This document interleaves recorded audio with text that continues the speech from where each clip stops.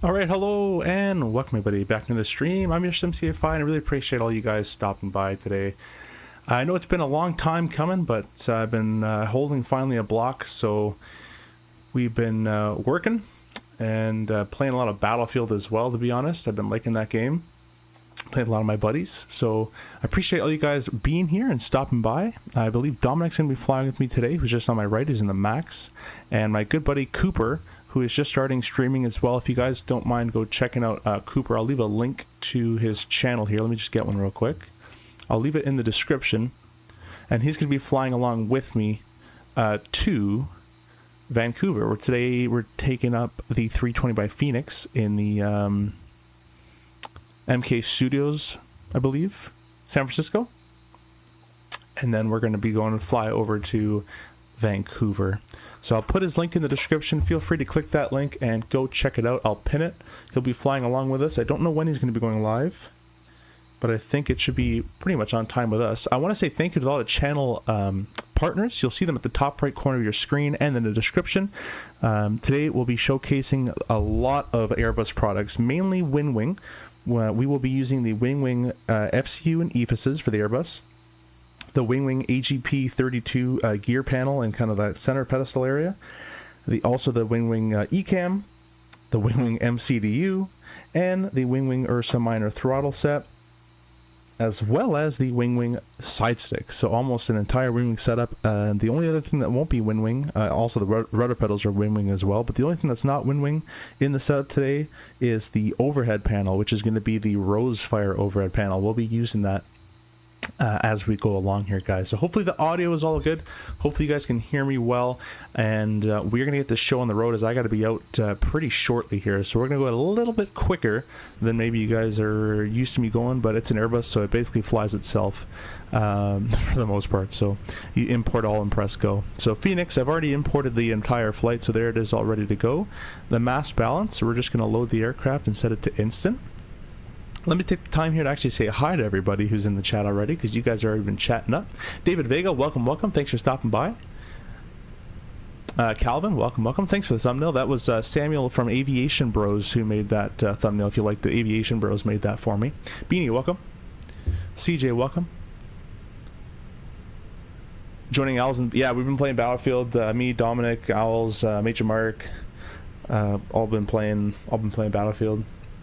Bossman as well. Gray shirt, welcome, welcome. Just got the MCDU. Pity it only sort of works with MobiFlight on the 330. Yeah, by default, I don't know what the defaults are, but there's a ton of profiles you can make it work with for sure. But thank you for stopping by, Gray shirt. Dominic, welcome, welcome in the comments. Thanks for flying along with us, Dom. We're gonna get this show on the road here. I'll turn my cameras on so you guys can see it. Let me move this one a little bit, and the bottom left corner you'll have the cameras. This is our Rosefire A107 version 2, and then down here we have the Winwing MCDU, the gear panel. ECAM's down here, you probably won't be able to see that, but I have the ECAM just over here in front of the throttle. The throttle section here, and up above is the FCU, which I'll move this camera down after we're done with the overhead panel later on, so we'll use that. So we'll load that, we'll send it to the MCDU. We're going to quickly get a weather for San Fran. It's 190 at 9, very light wind. They're used in departing 28 left, 28 right. I'll probably just take 28 left, as it's just a faster taxi. I don't know what they would do in real world, but they're departing on both, so I'll just take 28 left because it's quicker. So we'll press departure. 28 left, sync the load sheet, sync the weather, calculate that, send it to the MCDU. I'm telling you, the Airbus is easy peasy mode. You just press everything. Let's use our overhead panel here. Let's make sure that these are all selected to the off position, as they should be in this time. Might have had them in from earlier. And that's all looking good. We can go ahead and turn the no smoking signs to auto, emergency lights to arm as well. All our lighting is set the way we like it. If it's too dark, I can turn on a light for you guys as well. Do let me know about that. And we're about to push back soon, so we'll get the APUs up and running, or the APU, not plural. We'll get that up and running shortly, but for the time being, let's go down to our MCDU here.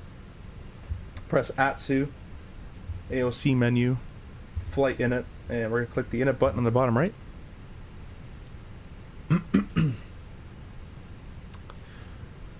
Yeah, Aviation Bros does a really good job on thumbnails for sure. Yeah, the display button doesn't work. The buttons do though.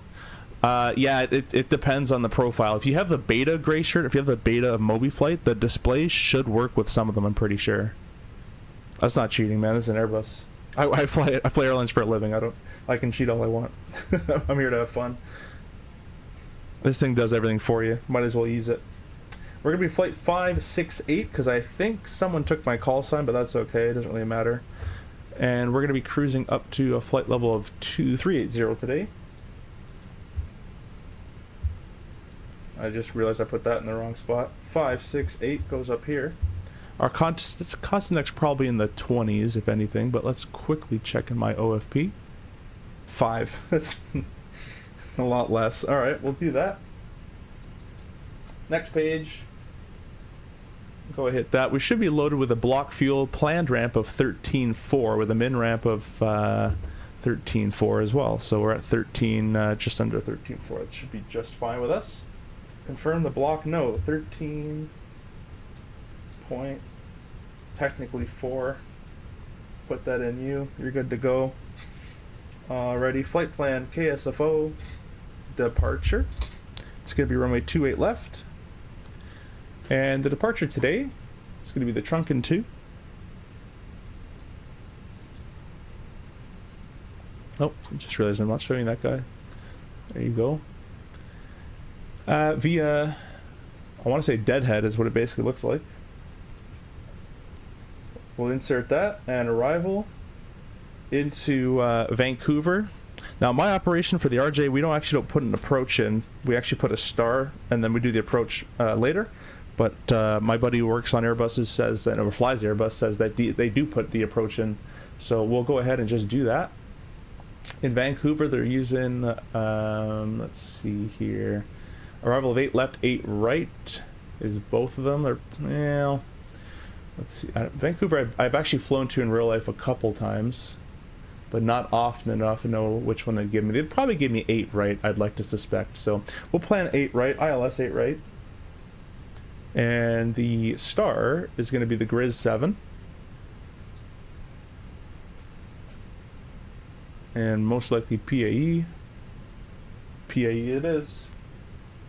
And we'll go ahead and insert that. That's all been done in there.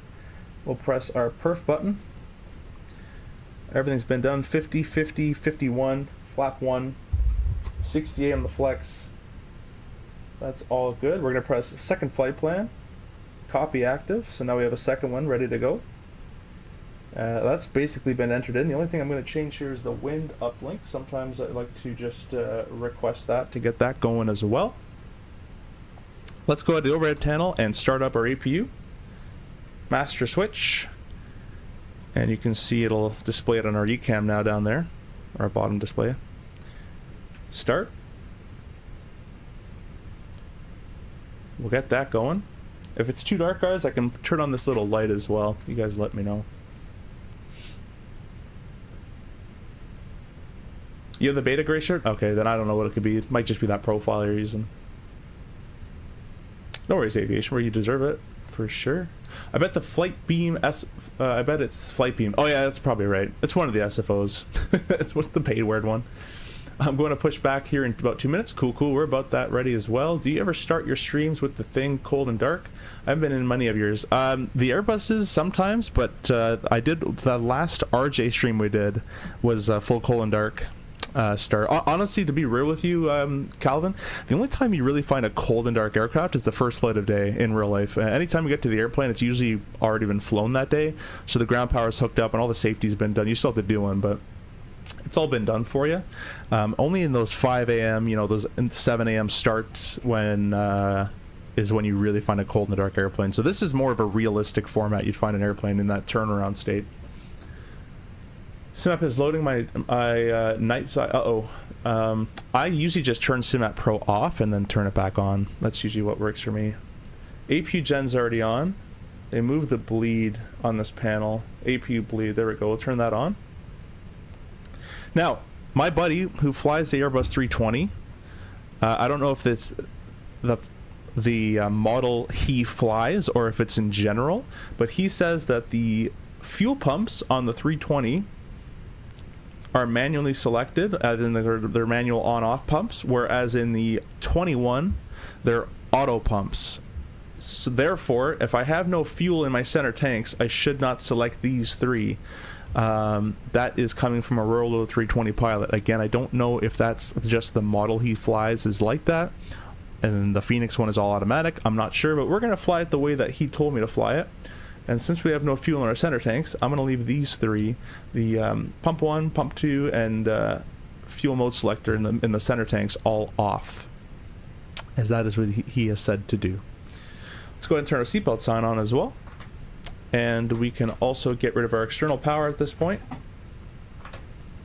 Love that sound. We'll go over here and we can disconnect the bridge, get rid of all this stuff.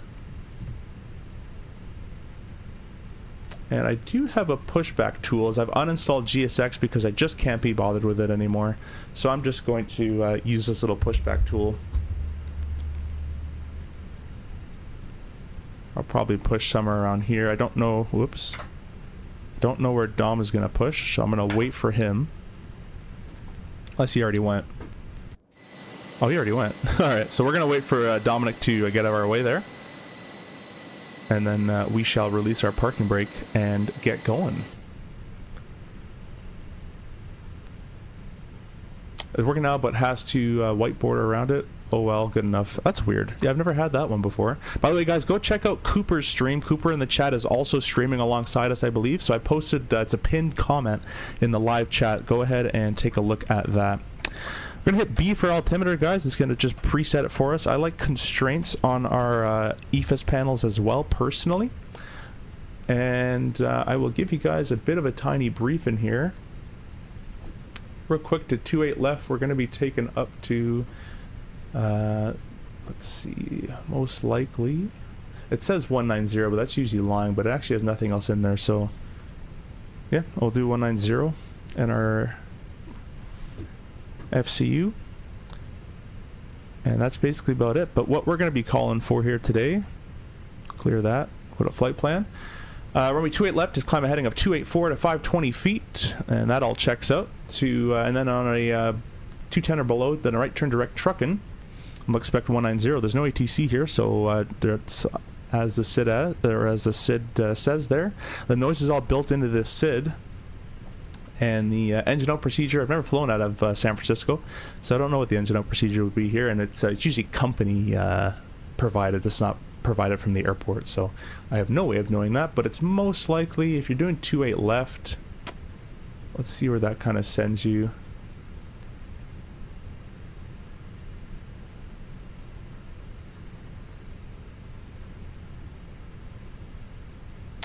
I would assume it'd be pretty much, well, you can't go straight because there's a hill there. There might be a low-level right turn after 1,000 feet. 1,005 is what I'd expect it to be. Let's see, we have Seattle Center on. That's about it. All right, so Mr. Dom is out of our way now. We're gonna go ahead and start our pushback. So we'll go down here. We'll release our park and brake. Those should be in the off position. Oh, this was not synced. There we go. We've released it now. And we can start our push. We're going to go to the CTAF frequency as well. .CTAF KSFO. Oh, I screwed it up there. .CTAF KSFO. 20.5.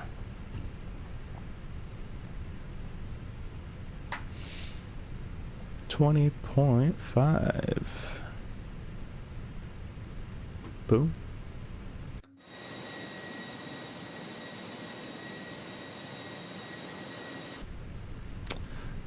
Now, I don't know about the sim. GSX always has you start mid-turns, but real life, they don't really, the pushback crews don't really like us starting engines while they're turning, just because they'd have a little bit less traction doing that. So I'm going to wait till we are completely in a straight line, and then we'll be good to go. You should hear the mic. Yeah, Shelf, no worries. Thank you for stopping by. Yeah, the radio panel would be cool. I'm waiting for Winwing to make it. They should be sending me one, I would assume. I'm gonna turn our terrain mode on as well as we're taking off towards the west, towards the hills there. Bit of weather as well, so we'll probably have our weather radar turned up to 5-degree tilt.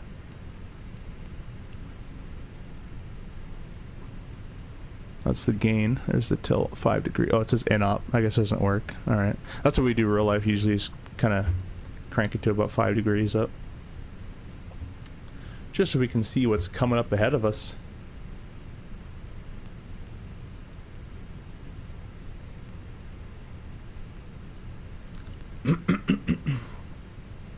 It's been a long stream, or a long time since I've streamed though, guys, so I appreciate you guys all sticking with me here. Air Canada, Physical Traffic, Air Canada 567 is a new hold short of Foxtrot. Alright, let's go ahead and start number 1.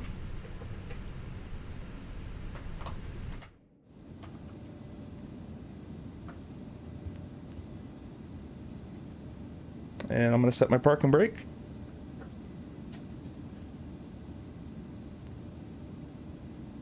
Oh, you know what?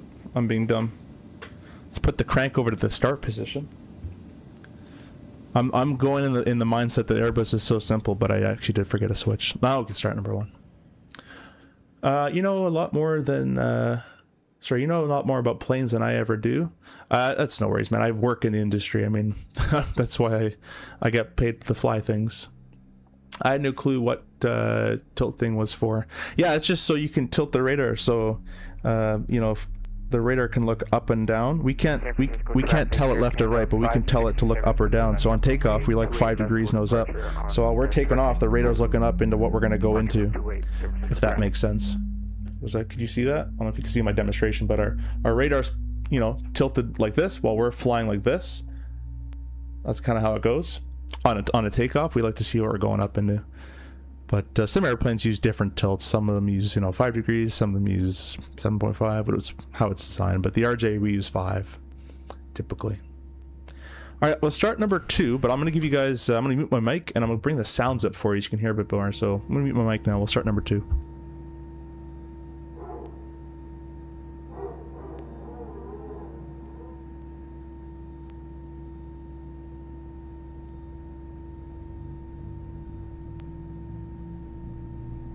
San Francisco traffic, American 2450, will be pushing back from Alpha 19 into the ramp, San Francisco.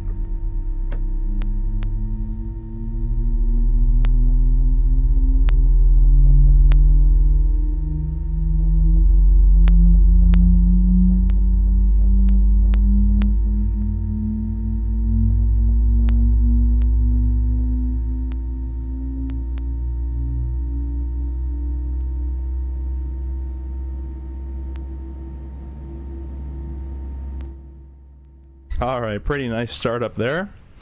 We can go ahead and put our crank switch back to the normal position.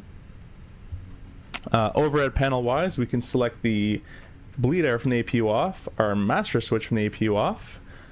Usually the taxi light goes on when we get clearance to taxi, but I'm just going to throw it on now. Why not? And that's basically it for the overhead panel. We're going to go ahead and here select, let me bring my camera up so you can see it a little bit. Perfect. We're going to set auto brakes to the max position. And that's all been set for us. I'll quickly go ahead and lock my rudder pedal wheels here. So, or not my rudder pedal wheels, my office chair wheels, so I don't slip and slide while I'm using my rudder.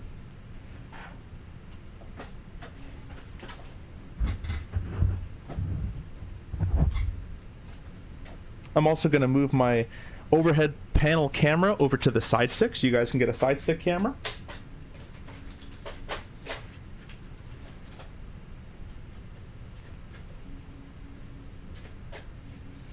Let's see, let's turn my camera back on.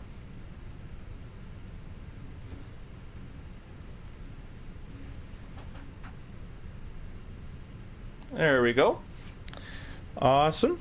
And we will check our flight controls here. So we'll go full left, neutral, full right, neutral, full down, neutral, takes a bit, full up, neutral, and what I'm also going to do is click over here We'll disconnect our rudder pedals from the nose wheel steering. We'll check full left. Canada 567, passing to flight level. We'll check full right. Runway 28 left, San Francisco. And we'll go ahead and click our nose wheel steering back. Awesome. Taxi light can go on. I think I already did that. The parking brake can be turned off, and we're going to get our flaps and our spoiler here. So we can go ahead and arm our spoiler, although I think it was already armed. Let's rearm that, and it'll be a flap 1. Flap 1 nose down of 0.4. So we are only 0, 0. So I'm going to scroll this down. Nose down of 0.4. Awesome. Parking brake off. And we are ready to taxi, guys. This panel, this Airbus stuff is so cool, guys. I can't explain to you how cool all this stuff is. It makes flying in the simulator so much more enjoyable, so much more realistic. I'm just trying to get this camera to look a little bit nicer for you. I will taxi over. Let me make sure my V-Pilot button is set up to the correct button here. No, it is not. Let me go ahead and change that.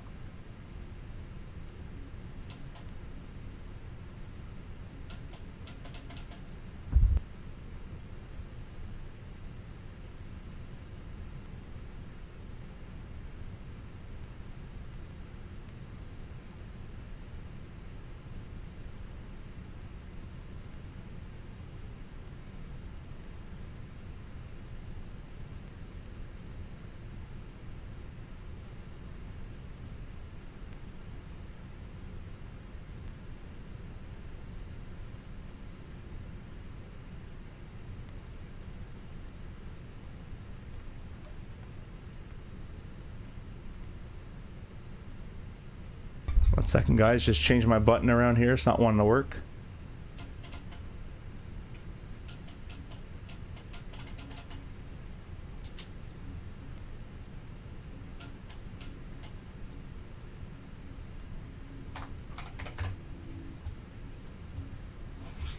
Always a technical difficulty. Stand by. I will be with you shortly. My V-Pilot button is not wanting to assign itself, or actually, it's not registering. I think we got it now.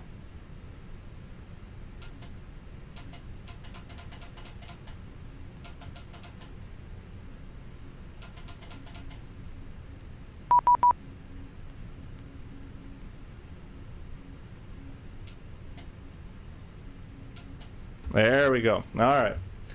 Parking brake is off. Let's increase some thrust. San Francisco traffic, Air Canada 568 taxiing Alpha Foxtrot and crossing 1 left right.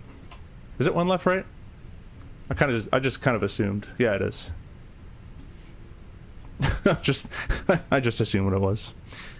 All right, let's go ahead and take our takeoff config. It is normal. Taxiing to the left, Alpha Foxtrot.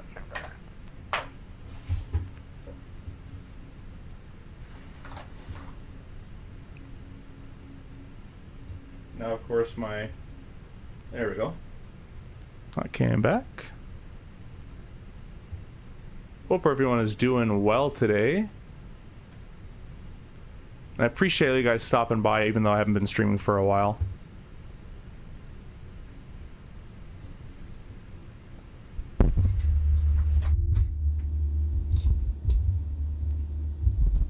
I got the sim running pretty well for the most part. I just got to work on my cameras. My cameras are being very non-cooperative.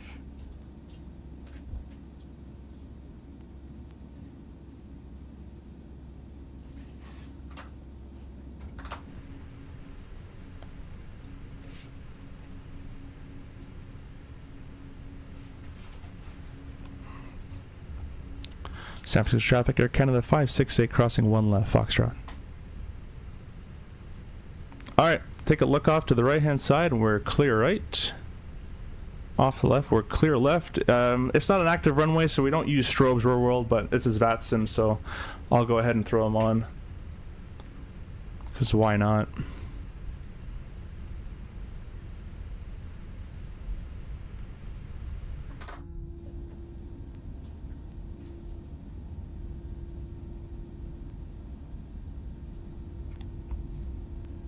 What aircraft just joined? This is the Fenix A320, and we're flying it with basically anything that Winwing offers in terms of. Oh, let me make a quick call here.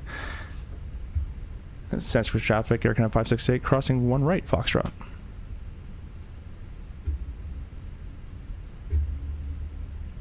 But anything that Fenix or that Winwing offers, we're basically using. I'm using the rudder pedals, I'm using their Ursa Minor joystick, I'm using their full kind of setup here in terms of the AGP 32 and the ECAM panel, the throttles, the MCDU, the EFIS, which you can't see just above us. So I'm basically using everything Winwing has to offer. And at the beginning of the stream, if you didn't see, we're using the Rosefire A107 overhead panel as well. The strobe lights can be turned back to the auto position. Alright, Foxtrot is the snaking right turn, so we'll go ahead and take that. The cabin is ready, which is great. All the before takeoff checks are already completed and everything's good to go. I have no excuse to miss my clock now because it's right here.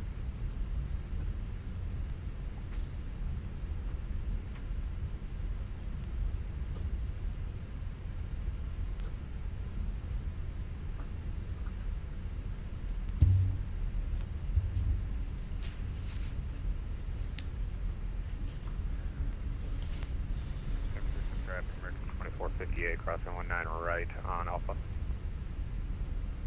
And it looks like the windstocks, for some reason there's 2 of them, and they're both traffic, full crossing. Crossing on 19 left.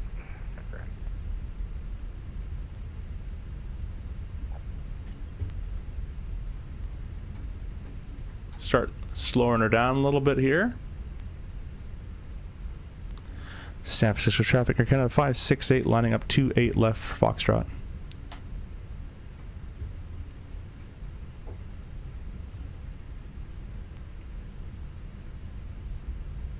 Hey, local aviator, welcome, welcome. Thanks for stopping by.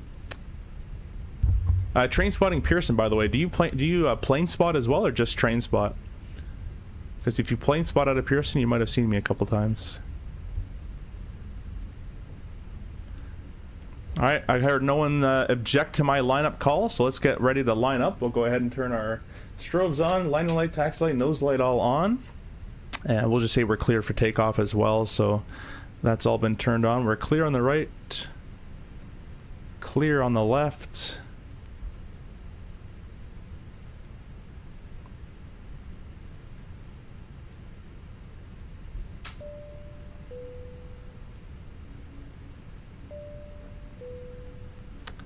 Alrighty guys, we're good to go. If you guys are members of the channel, first of all, thank you so much, and secondly, be sure to go ahead and use your flex emojis, your custom flex emojis in the chat if you're members of the channel. I really appreciate that. I'll turn the sound up, guys, so you guys can hear the engines a bit more. 28 left is verified. And the takeoff configuration's okay. You guys ready to go?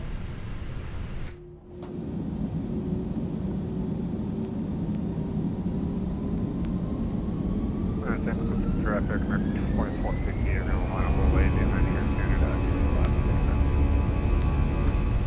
Beautiful sounds. Let's come back inside here. Manflex SRS, runway auto thrust blue. The only Airbus call I know. I think a lot of people. There's 80 knots in check.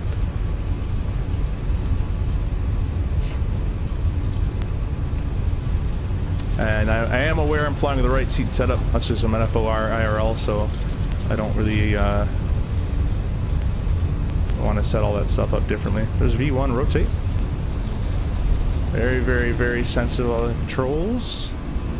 We'll release our rudder pressure nice and smoothly. We're going to go gear up. And I forgot my clock. I already said I forgot it. There we go. We'll catch it quickly there. We caught her. Here comes that nice climbing right turn.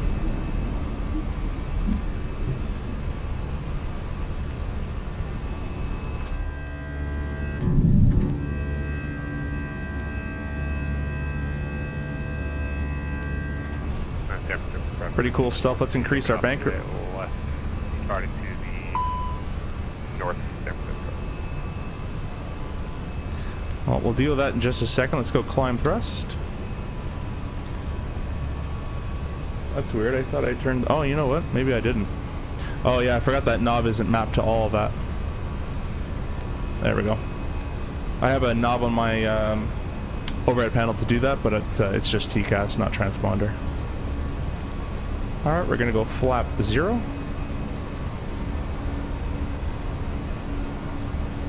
Let's see what temperature it is here, guys. We might have some icing to deal with.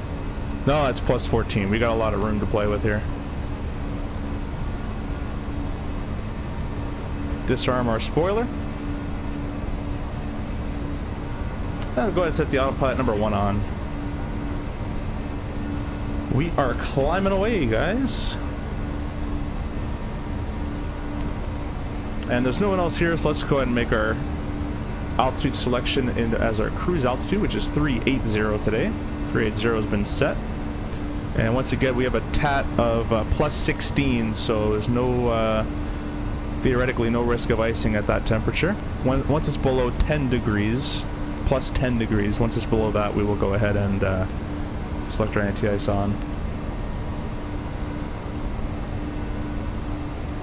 There's the weather radar. Radar radar usually isn't that good. I've never used an Airbus weather radar, but coming from the airline world and knowing some things, at least the RJ one is not that great, and I got buddies in this airplane that say it's not that good either. But the weather radar in general in Microsoft is way too generous with the information it gives you. I wonder if the gain works if I just throw the gain way up.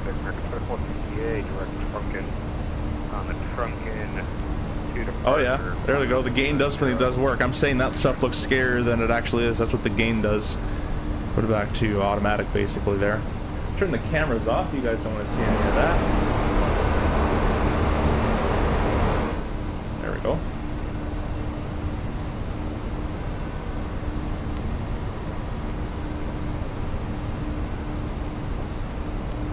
I wonder if I can go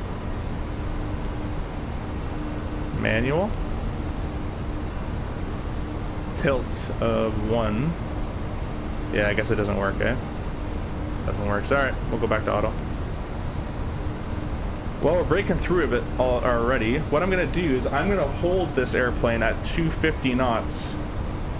And I'm going to select open climb, and the reason I want to do that right now is I want to get the steepest climb possible to get around all this stuff. I'm also going to take most likely a right hand turn to get around that cell. There's no need to go through that, so let's go ahead and we would release the flight attendants at this point, let them get up, but not let the people get up at this point. We're through 10,000 feet. Our lights can all get turned off as well. There we go. We're all looking good. And yeah, let's deviate right for weather. Let's go ahead and have 010 roughly. And again, guys, I'm keeping that open climb at 250 so I can punch through that weather. I'm doing 3,100 feet a minute right now. If I were to accelerate, that would reduce my rate of descent, or sorry, rate of climb, and I would stay in the soup a bit longer. So I'm just going to try to punch through this stuff as much as I can here. We do that in real life all the time. There's no shame in doing that. Don't have to accelerate through 10, which is a misconception a lot of people have. I might fly into Toronto after with the gusty wings, which are they're losing the 33s today. Dead Aviation, welcome, welcome. The winds will be very fun for you. By the way, guys, I appreciate all you guys stopping by and subscribing and pressing the like button, all that great stuff. So thank you so much.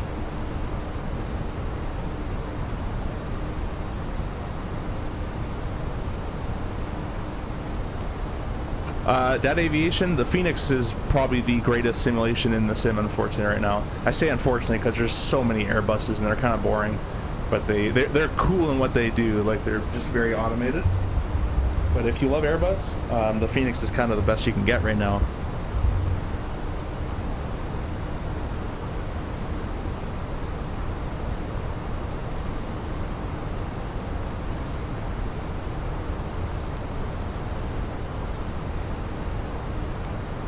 Alright, looks like we're through that weather, so let's go ahead and first of all, we're going to press managed speed, and we'll also click our managed climb once we go direct. And we'll keep going direct to, nope, not Trunken. Erase. We'll go direct deadhead. And we'll insert that.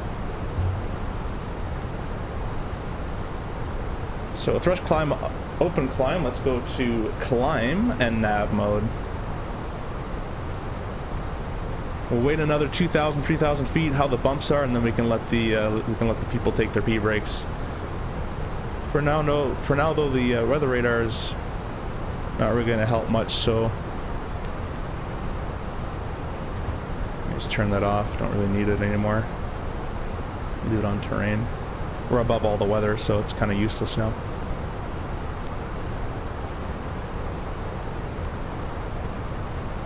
Is 321 and 319 pack worth it? What's the difference? Well, it's worth it again if you like the Airbus. So if you like the Airbus, then it's going to be worth it to you, because obviously the 319 is smaller and the 21's bigger, but you change with the ranges you can fly with them. The flight model changed with them as well. Let's go standard through 2992. We'll grab the standby altimeter as well, or instrument. So I think it's worth it if you like flying the Airbus a lot. If you don't fly the Airbus all that much, then I'd say just get the 320 and call it a day. But if you love flying the Airbus, then definitely be sure to get the 319 and 320. One, I'll add. Alright, it's been pretty smooth, guys. What do you think?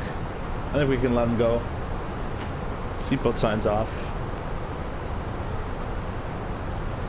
And that's where we're going back here, and as soon as that thing gets, you know what, let's simulate this, what would happen in real life. Let's turn the seatbelt sign back on. Let's go back here. And everyone's just kind of, you know, flying along. Flying along. Oh god, right up immediately, go to the bathroom, because we didn't go before at the gate, because, you know, I didn't plan properly.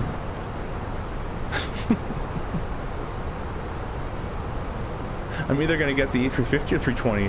The 350 is awesome. The 320, I'll do some pros and cons for you from what I know, from my experience with it. The 320 is more in depth, way better in performance, and it just feels like a cheaper as well, and it just feels like all around an amazing product. There's not too many cons with the 320 other than it's kind of a 320 and it does what Airbus does, and it's kind of just, you know, not unique and boring. The 350, pros and cons. Pros is one, the 350 it just freaking looks gorgeous and it's a beautiful airplane. The performance though as a con is pretty heavy. You'll need a big, you know, beast of a system to run it. Same with the flight model, both on the 320 and the 350, and all in around in general in Microsoft 2024. All the flight models of all the airplanes that I fly in this sim are completely garbage right now. Especially on the landing. Every airplane has way too much lift. Don't know where it comes from. Real airplanes don't fly like that. But that's kind of a general all around all airplanes thing. The 340s, 340-300 by Indie Builds though, I think that was made after with the new 24 flight model, so it actually lands a little bit nicer in my opinion. I've never flown a 340, but just physics wise, the way it feels on a landing, it doesn't feel like you're fighting all this random lift out of nowhere. Whereas the 350 and 320 both suffer from crazy amounts of lift in the flare. Even the RJ has a little bit. We're gonna have to work on that on the new flight model that we make for it. But yeah, 350 is beautiful. A little more expensive. It's a lot more performance heavy on your system. Obviously, the flights they do are completely different. So if you like short hops, then go 320, and if you like the long haul, then go 350. Be sure, guys, to click the link in the comments, though. That's my buddy Cooper, who is also streaming alongside us right now. Be sure to go check out his stream. He has the entire Winwing setup as well. A really cool setup he has. So be sure to click that link in the top of the pinned comments there in the live chat. Go give him a hi. Go give him a like, a sub. Go say hi. Tell him I sent you. I think he's in the chat here as well. So I'd really appreciate if you guys would do that for me.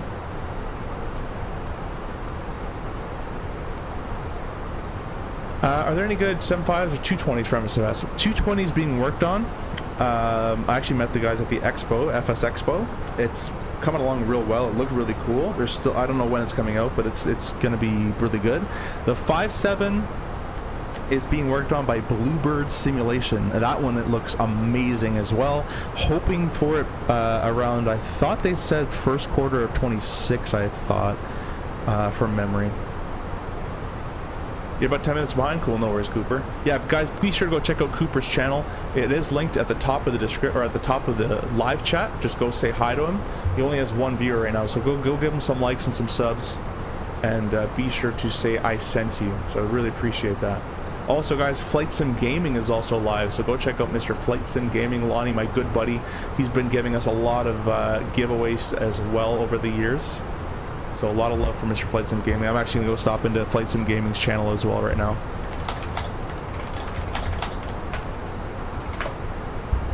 By the way, guys, can we take a second to acknowledge that we're at 12,412 subs right now? That's absolutely insane. I've had this channel for about 6 to 7 years. It's been named many things. It used to be a DCS only channel a long time ago, but we've kind of transformed it, so I really appreciate that. How do you know when the crank does on the engine selector mode? To my best knowledge, the crank would be used for probably a either a fire situation, maybe not fire. I'm thinking 172. It's most likely for a what's the word I'm trying to look for? If you need to get fuel out of the system, just to run the motor, like to motor it, to run the starter. So, for example, in the RJ, and jet engine to jet engine, so I'm sure it works the same way. If we have, let's say you had an engine fire on startup, or an engine, an N1C, something happened with the engine where you got to turn the engine off on your startup. We have to let the engine motor with no fuel injected,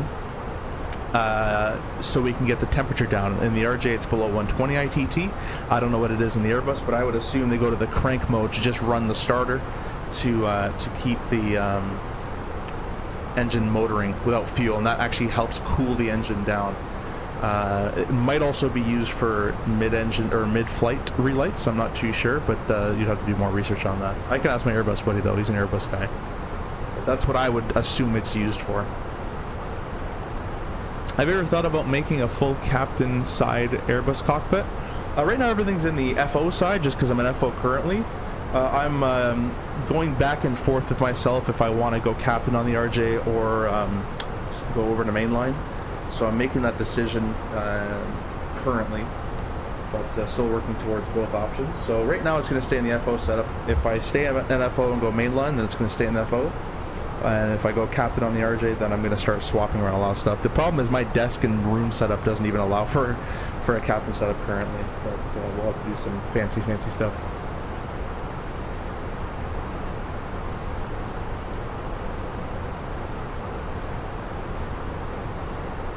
I'm going to post a link to Flight Sim Gaming's channel as well, guys. Be sure to go say hi to Mr. Flight Sim Gaming and Cooper. Cooper is pinned at the top.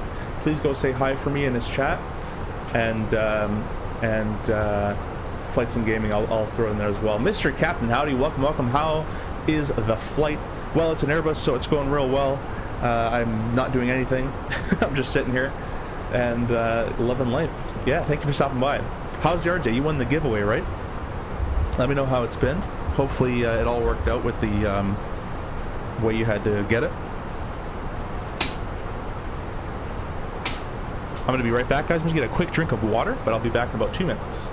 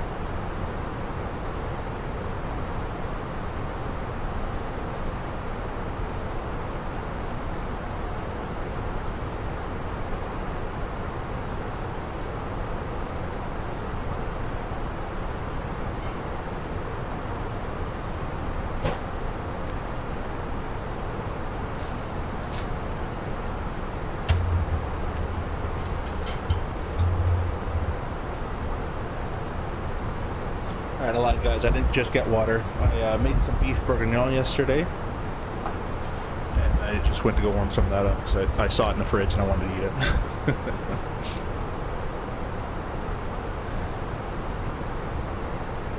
35,450, you say?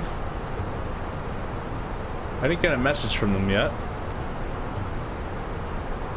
I'm gonna wait for the message, but yeah, it looks like we will be talking to them. And Vancouver has people online as well, so that'll be kind of cool.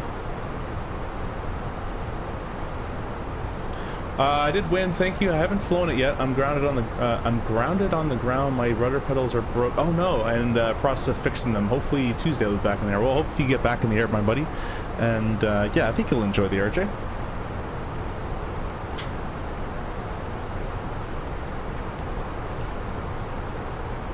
Swerve, hey, what's up, man?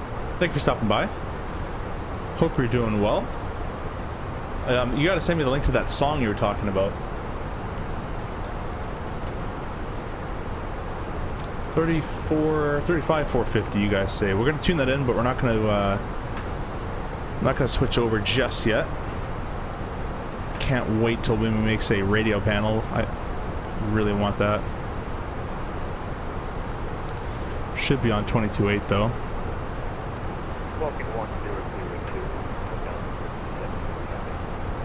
There we go.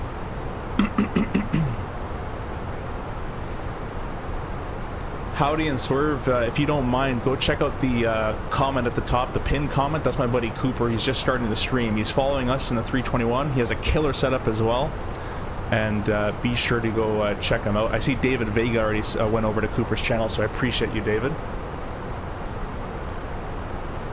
I can't wait to fly the RJ. Great plane, just needs an update. Hopefully it's coming soon.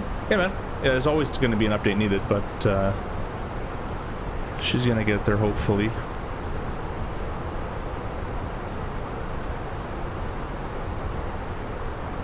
Mr. Flight Sim Gaming Lonnie. Mr. Flight Sim Gaming is on a, I think he's just about to shoot an ILS here, which is looking pretty good.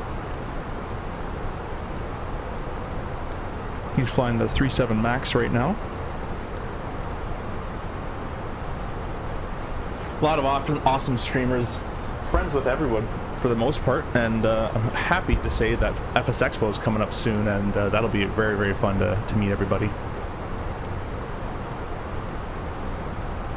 By the way, guys, if you guys want some reviews, some new reviews have been posted. One on my brand new Rosefire A107 overhead panel. That's for the A320 overhead panel. There's a review on that. And then the Winwing AGP panel, I also have a review on that as well. So be sure to go check those out, guys, on the channel now.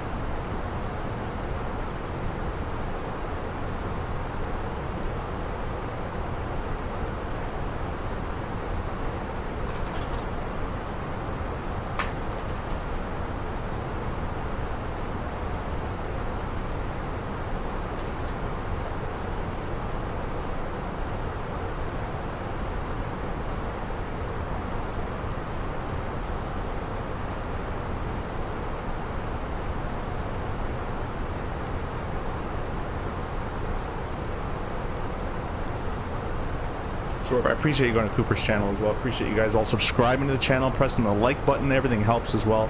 Thank you so much, guys.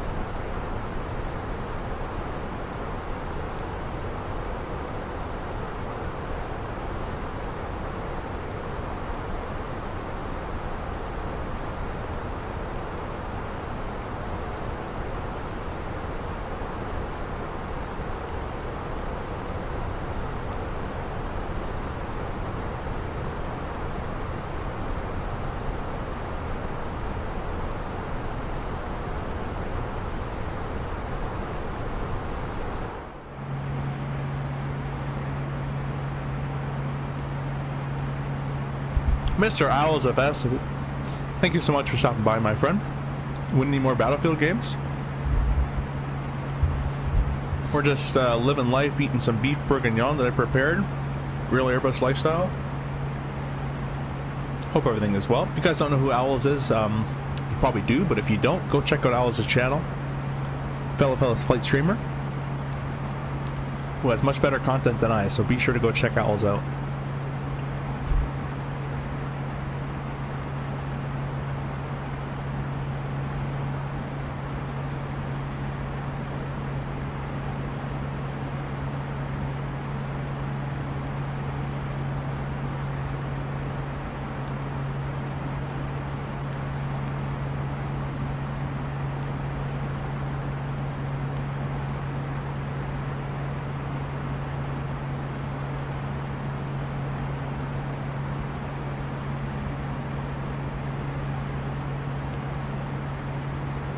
Hey, how are you? Hey, found a second and thought I'd pop and say what's up. Hey, what's going on, my friend? Thank you for stopping by. I had a 7-hour delay in Newark, by the way. You have some explaining to do in real world, that is. Thankfully, the government's opened back up, so that's gotten a lot better.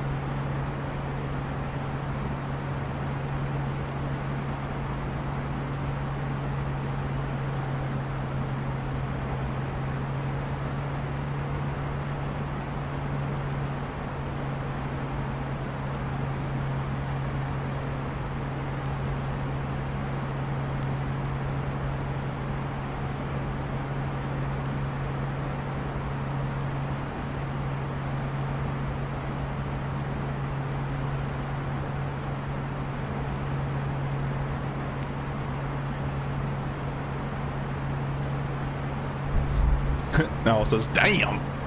Yeah, man. Not surprised. I understand the Track and Plus should not mess things up. Yeah, Newark is what this? Can't say that word. Newark is awful when everything is running smoothly, and it's even worse when things are not running smoothly. Yeah, that day I woke up at 4 in the morning. This is a full story for you guys. Buckle up, get some popcorn. Woke up at 4 in the morning, got to the airport.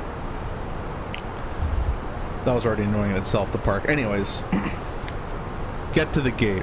Starbucks takes longer than usual, so now I got my sandwich, but it's like 5 minutes, whatever. Get to the gate.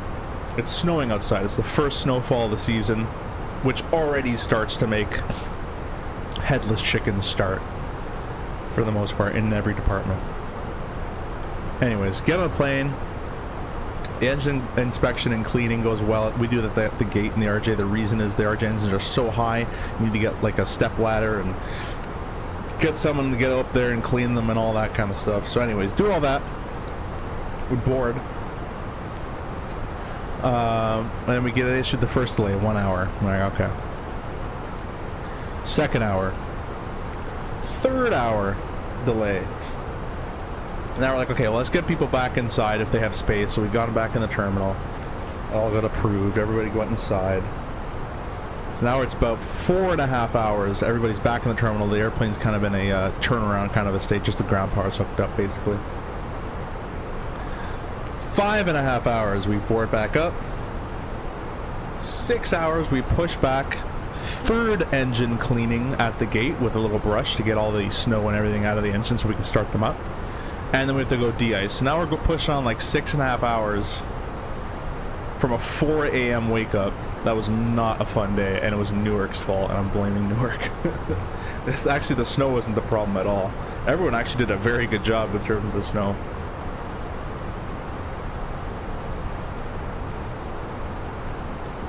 But Newark during that shutdown was a mess.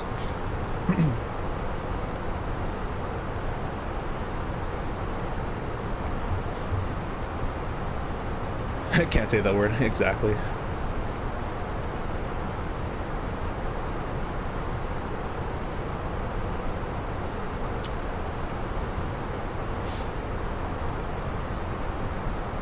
Guys, go check out Mr. Flight Sim Gaming's channel. He's about to land. He's about a 5-mile final. If you go catch him real quick, you can see his landing and guess a landing rate and all that great stuff.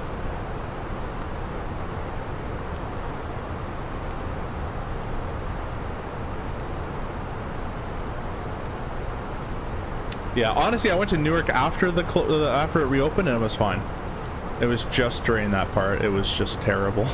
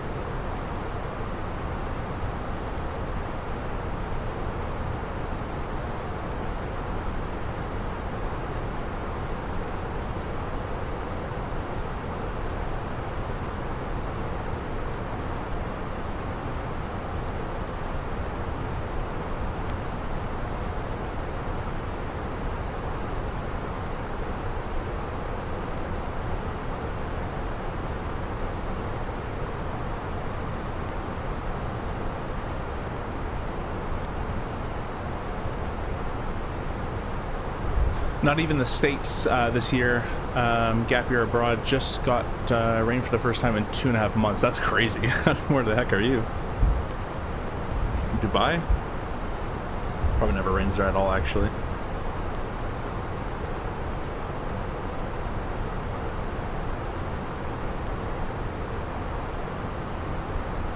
Alright guys, let's switch over to the center. They haven't told me to yet, but I'm going to switch over, listen in, and then we can talk what we need to talk.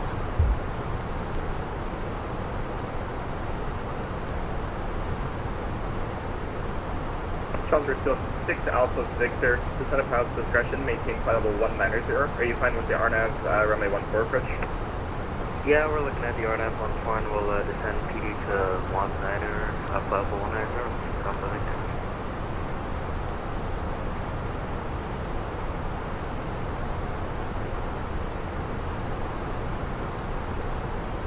WestJet 1711, cross egret at and maintain 12,000 to Vancouver altimeter 2952. Confirm Palace, test for what is it? It'll be egret at 12,000. Okay, egret 12,000. 11.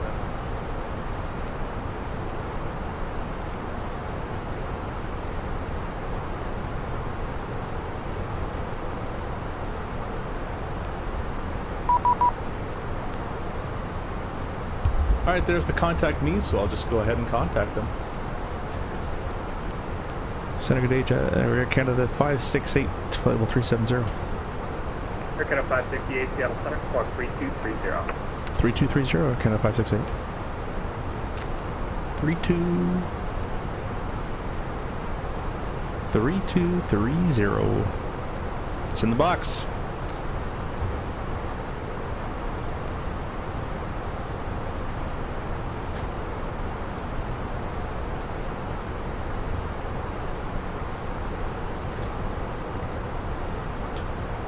Hour and a half flight from Dubai. Cool, cool, cool. Yeah, I was gonna Air say, Canada 568, radar contact. it has to be somewhere like desert. Thank you for the subscriptions. We're up to 12,415. I appreciate you guys. Thank you, thank you, thank you.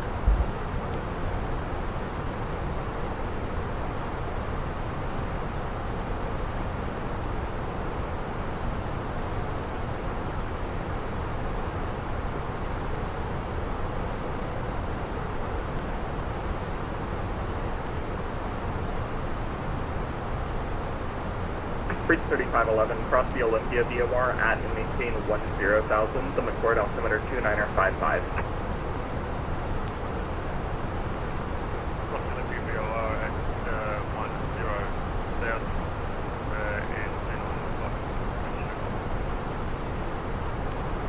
and Tango Sierra 265, contact Salt Lake Center 125.57 today.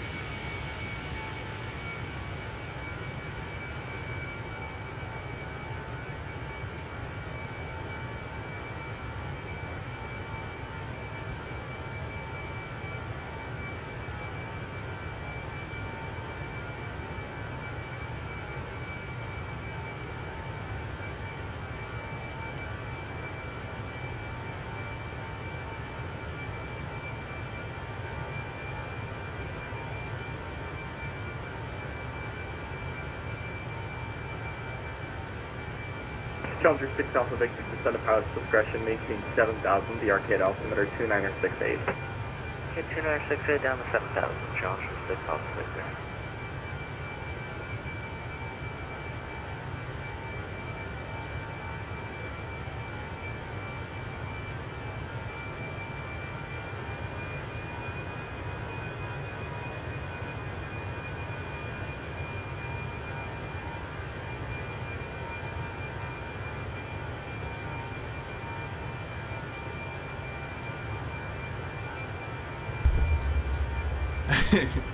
They're very much a desert.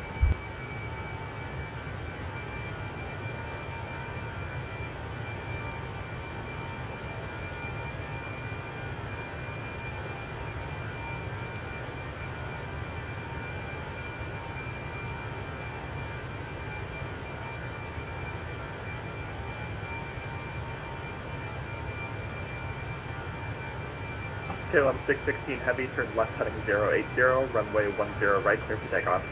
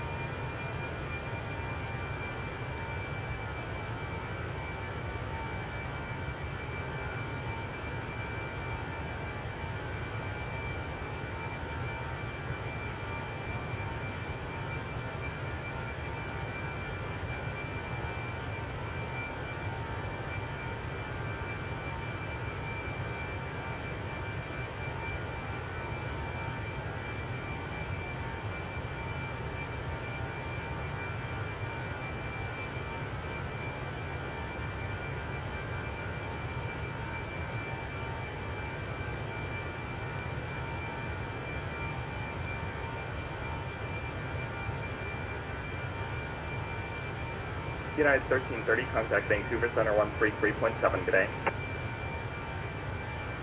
Vancouver Center, United 1330.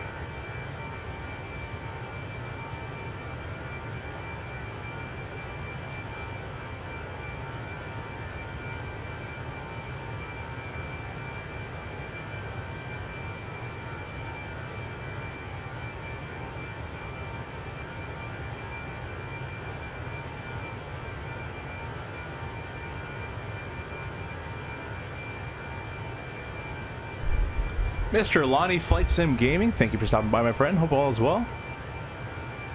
How you enjoying that, Max? Thank you for the subscription as well. Appreciate that. How do you get the sub count in the stream?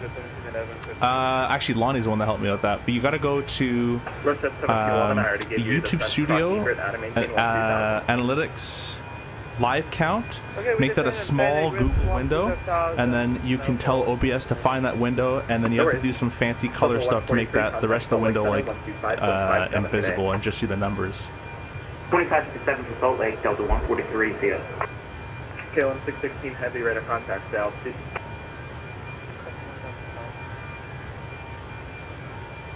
KLM 616, turn left heading 050, vector to battleground.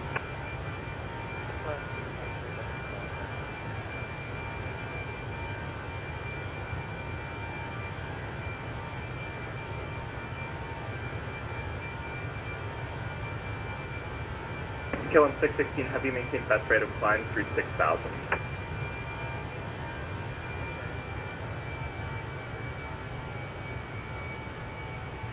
KLM 616 should be best rate of climb.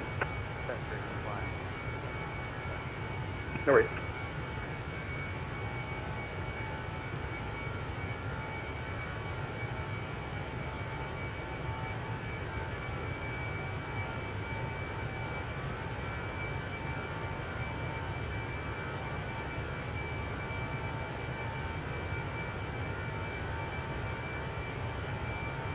KLM 616 Heavy, clear direct to Princeton, VOR, Yankee, Delta, Charlie.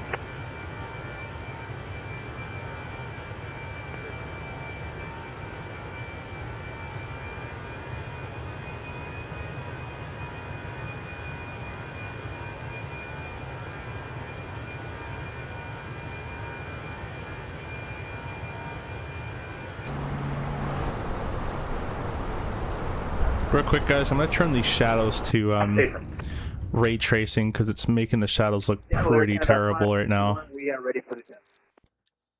Air Canada 571, cross egret at and maintain 12,000, the Vancouver altimeter 2952. There we go. Now we got the nice shadows going on. No more of that flickering going on.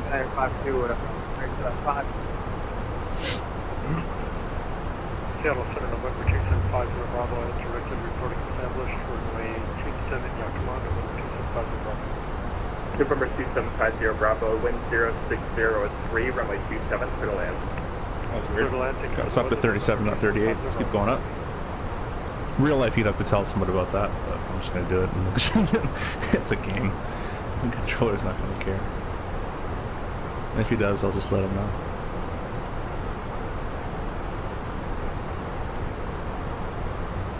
I'm going to be at a granola bar. I'll be right back. Reach 3511, expect vectors, ILS, runway 16 approach. Expecting vectors, ILS, runway 16.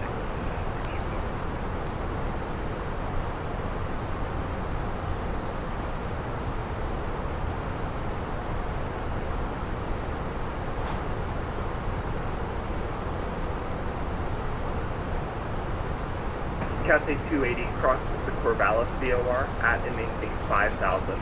The Eugene altimeter 2963.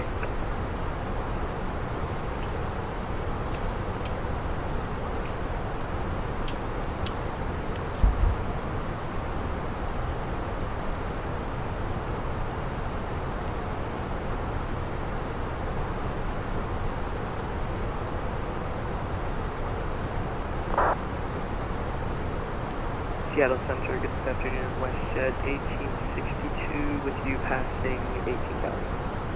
WestJet 1862, Seattle Center, maintain flight level 360. maintain level 3. All right, guys. Well, not much left in the rest of our flight here. Have just under an hour now. November 761 Charlie Hotel, are you fine with 8,000 or I can get you lower now? We can go down to 7,000 from November 761. November 761 Charlie Hotel, just going to maintain 7,000. 7,000 Charlie Hotel.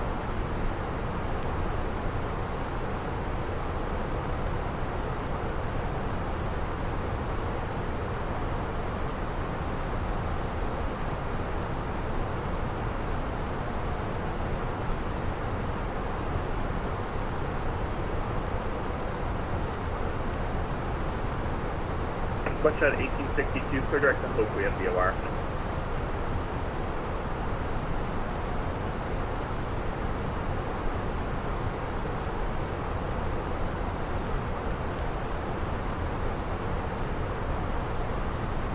One shot 1862, clear direct to Hope, we have VOR. Clear direct, Oak Rio, VOR, west at 18.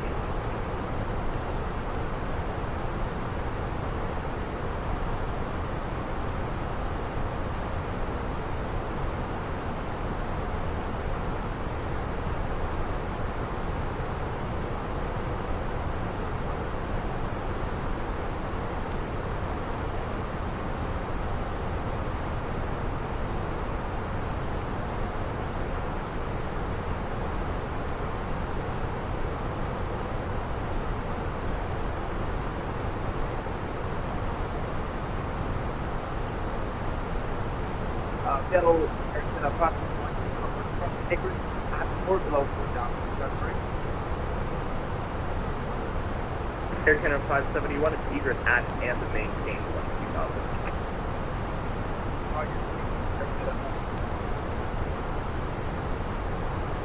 Seattle Center, American 2458. And if we step away for about 7-ish minutes, Sure, let me know when you're back. we'll do that.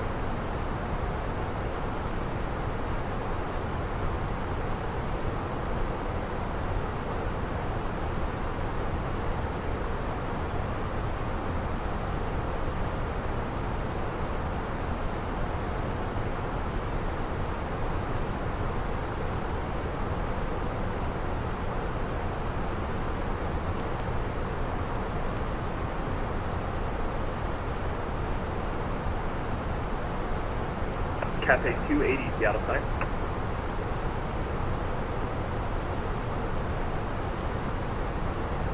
Seattle Fellow, good evening. United 8223, we are flying the cabin to flight level 310. United 8223, Seattle Center, climb maintain flight level 310. Cabin to flight level 310, United 8223.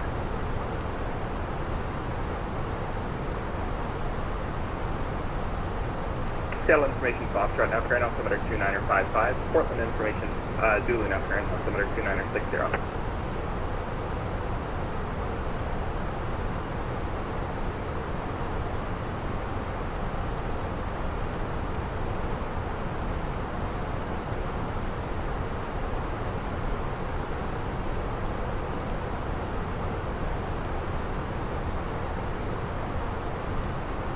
Bridge 3511, depart the Olympia VOR heading 020.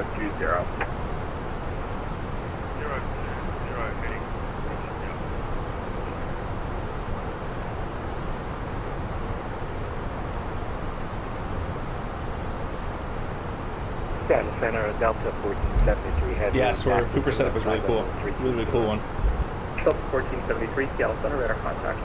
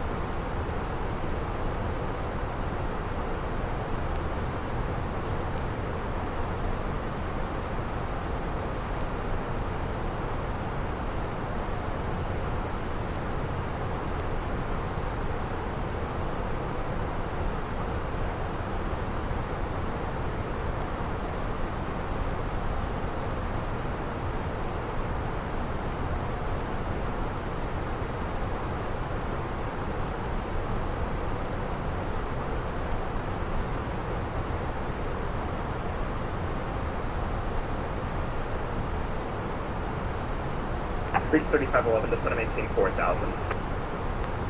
Change my time, hold down.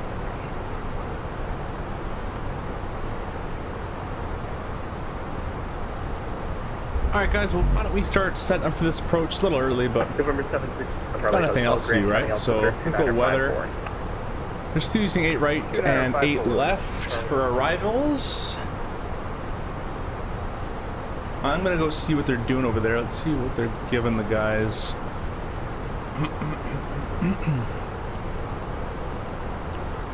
Well, no one's landing in Vancouver right now. I'm gonna set up 8 right because we've already done that, and I don't want to keep it like that. So go down here. Actually, we'll go to the iPad first. And arrival. 8 right. Apply the METAR. Landing weight. We are gonna be estimated fuel on board of 4.4.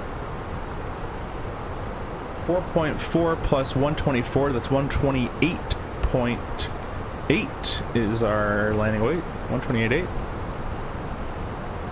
128.8. Enter that in. Low auto brake is fine.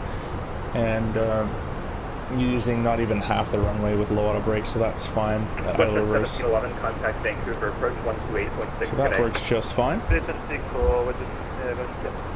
Already plugged in the ILS for this. 50 Bravo, welcome to Yakima, parking via Alpha, good day. As you guys can see, Clear to taxi to West Ramp by Alpha. that's all been done. Bravo, thanks again for being on, my friend. Thanks for finding Our us. frequencies will be auto set shortly. Our auto brakes can be set to the low setting. So that's all been well and done.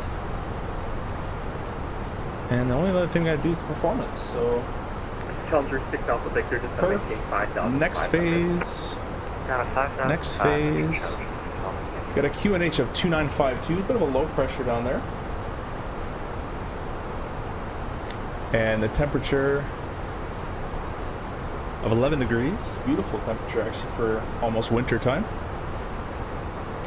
Barometric altitude, the barometric, or the Bureau MDA I should say. No temp comp required. 8 right. 209. And that's set up there. Lastly, calculate the V approach of 133.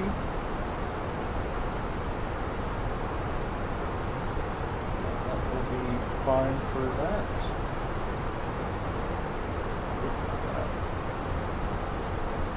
There we go. Now let's just make a bigger number. That's all been set, and we're going to be a full configuration for landing, so that's all fine. Let's see, it's predicting us to be in Vancouver at 4.4, as I said earlier. And our flight plan has us in Vancouver at 5,000 with a min of 4,000. So we only have 400 pounds of extra fuel. If we have to go miss, we're going to the alternate. And the alternate's going to be CYQQ, apparently. So that's going to be lovely.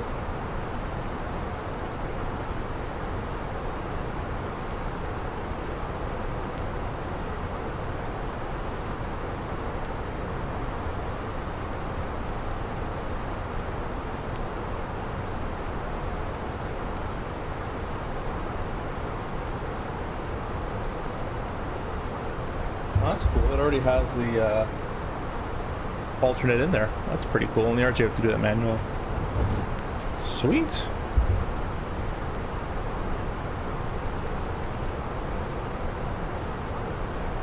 Yeah, everything's going to plan.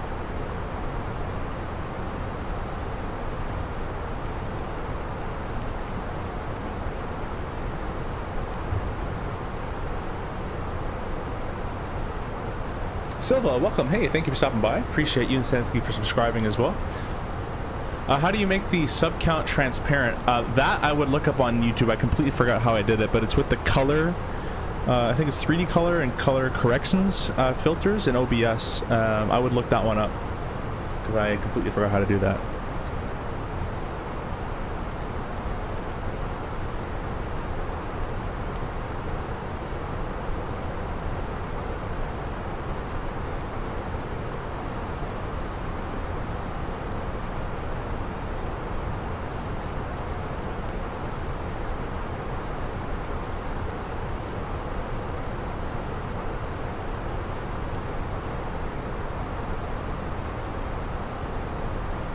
Challenger 6 Alpha Victor, cross Poldu at 3,500, cleared RNAV, GPS runway 14 approach.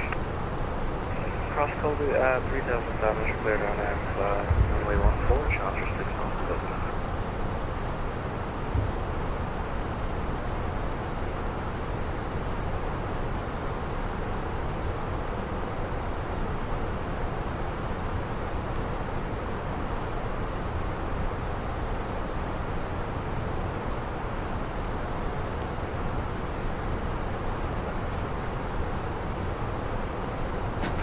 Appreciate you all going to Cooper's channel and saying hi for me as well.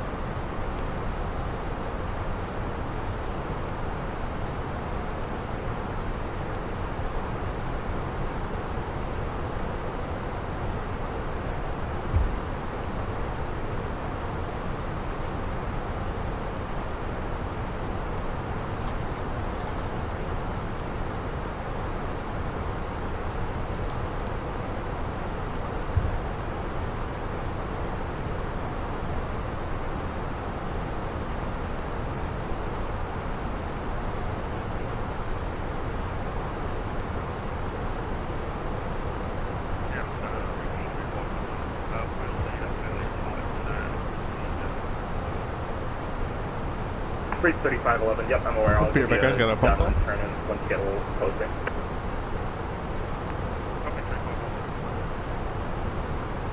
And Challenger 6 Alpha Victor confirmed, clears straight in. Challenger 6 Alpha Victor, you came in a bit broken there. Confirmed clears straight in for the ONAV. Hey, Victor 6 approach. Okay.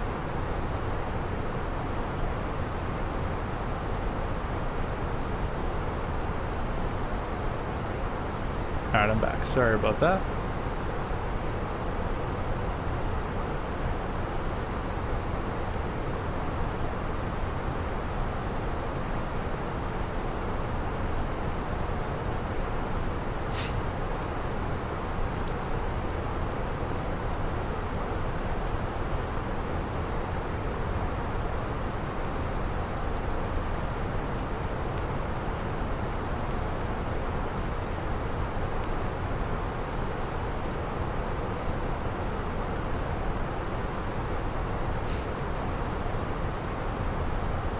Air Canada 571, contact Vancouver approach 128.6 today.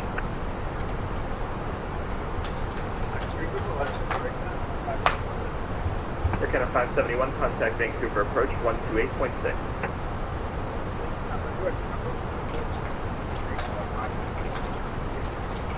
Breach 3511, turn left heading 340, descend and maintain 3000.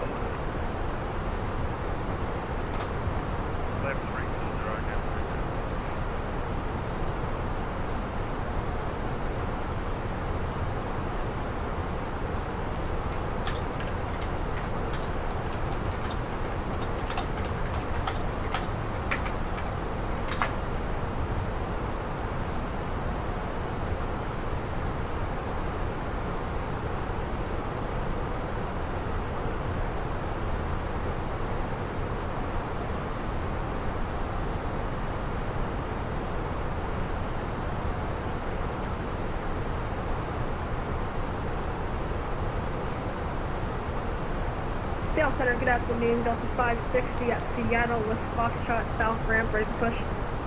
Delta 560, Seattle Center, push and start approved, tail south. Push and start approved, tail south, Delta 560.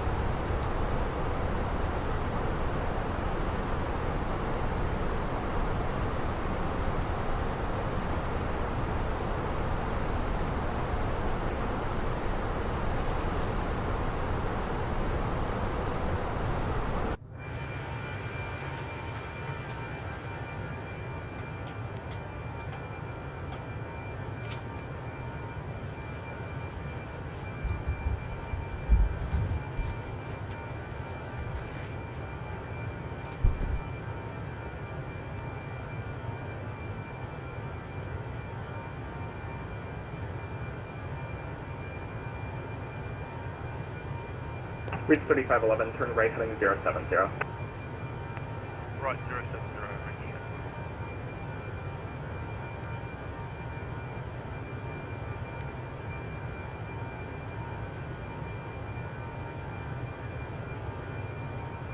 United 8223, descend and maintain flight level 290 for traffic. Descend and maintain 290 for traffic, United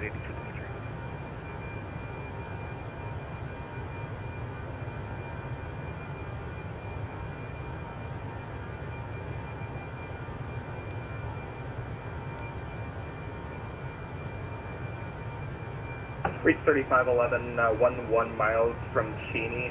Turn right heading 130, maintain 2000 until established. Clear ILS runway 16 approach into McCord. Turn right 130, identity down until established, ILS 16, reach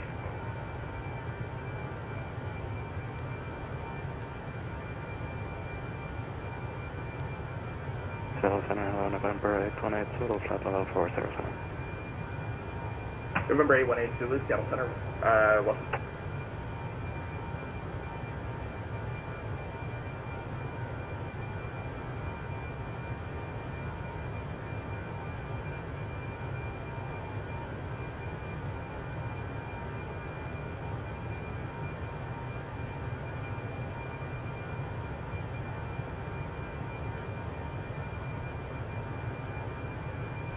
Challenger 6 Alpha Victor, no traffic observed between you and the field. Report for cancellation this frequency. Radar service terminated. We'll switch over to advisory Challenger 6 Alpha Victor, thanks. Delta 1121, open offline. Radar service terminated. Frequency change approved. Have a safe flight. Frequency change approved for Delta 1121. Thanks for that today. United 8223, descend via the Crater 2 arrival, landing east before Old Altimeter 2960. Descend via the Crater 2 arrival, altimeter 2960, United 8223. Air Canada 569, traffic at your 12 o'clock, 10 miles, the United 737, opposite direction, no factor.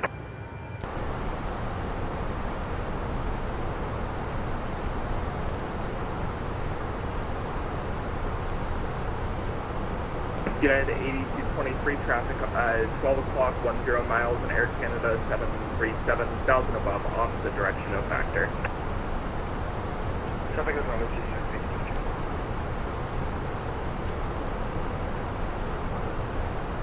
KLM 616, contact Vancouver Center 133.7 and requested from them.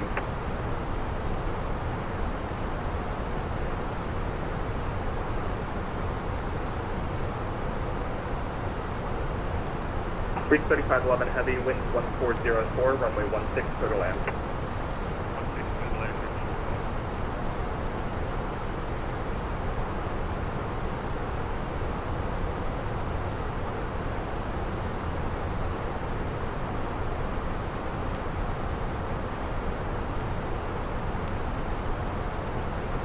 Seattle Center, good afternoon, Alaska 2713, entering airspace from north, we're cruising flight level 330.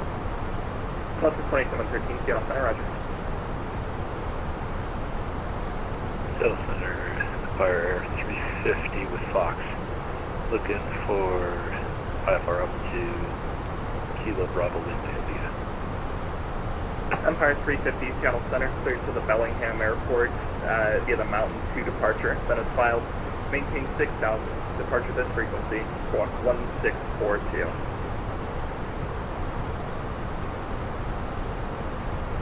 Clear to the Bellingham Airport, Mountain 2 departure, then it's filed. Climb maintain 6000. Departures with you and squawk 1642 for Empire 350. Empire 350, reach back correct. Call for taxi. It'll be 16 left for departure. Roger that, 16 left for departure, 350. Air Canada 569, cross egret at and maintain 2000 to Vancouver altimeter 2951.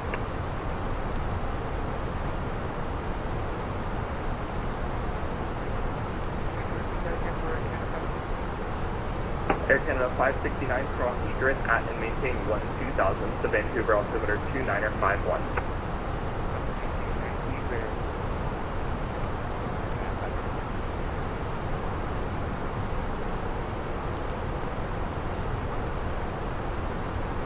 Really appreciate all you guys stopping by. I just, as I'm sitting here, edited and voiced over a new short.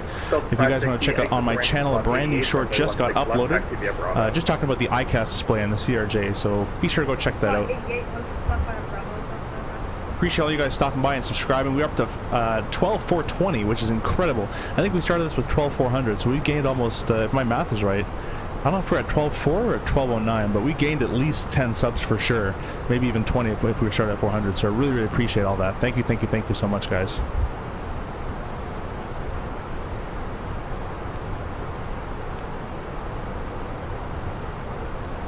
Oscar 2713, requesting 10 minutes out of cockpit. Oscar 2713, approved, advise when you're back. Loco 2713.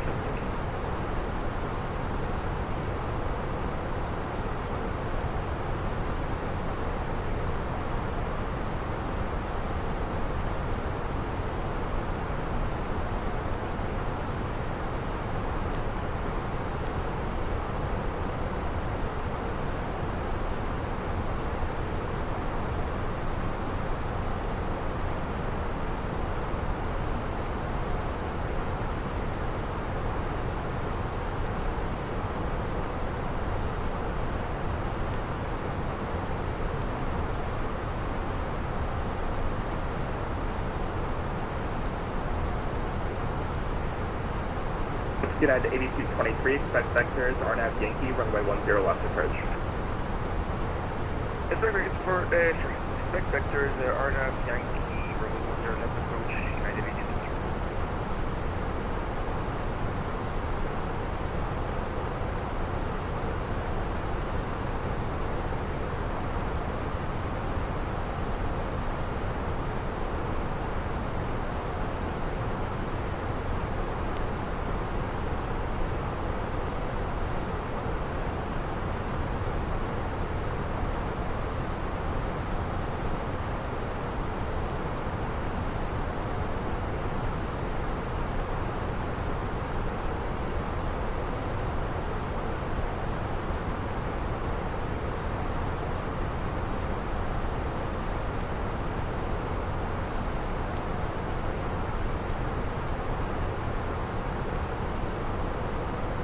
November 761 Charlie Hotel, expect the ILS from a 22 right approach from the Spokane VOR. Right, for the ILS 22 right approach, Spokane VOR for November 761 Charlie Hotel.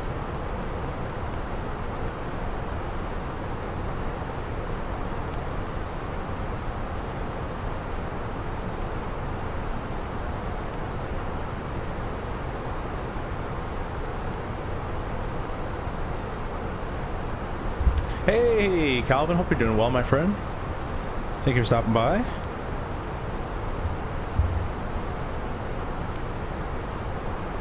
We were just flying over to Vancouver.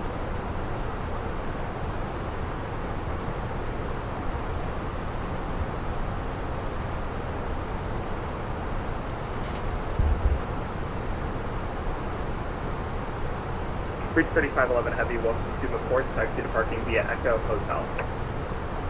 Echo Hotel, bridge 3511.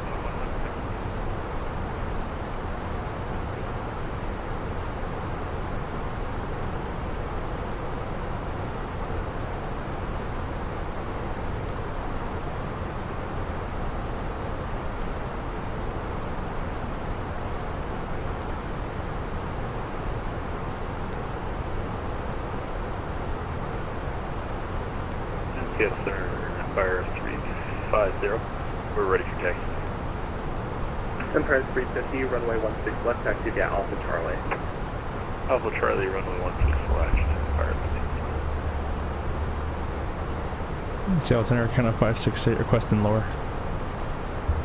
Air Canada 568, unable, you got traffic straight below you. Give you 370 as best. Descend 370, Air Canada 568, thanks. Well, better than nothing. 3,000's or 37,000's confirmed. We'll just do a VS of 1,000 a minute. Yeah, because we got a really steep path. Whoa, bit of lag there. We got a really steep path come up ahead, so I'd like to get a start on that.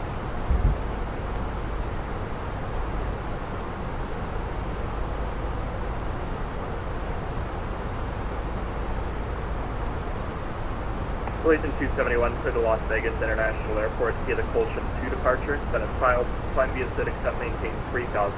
Departure this frequency, squawk 7473. And correction, departures on Victoria Terminal 125.45.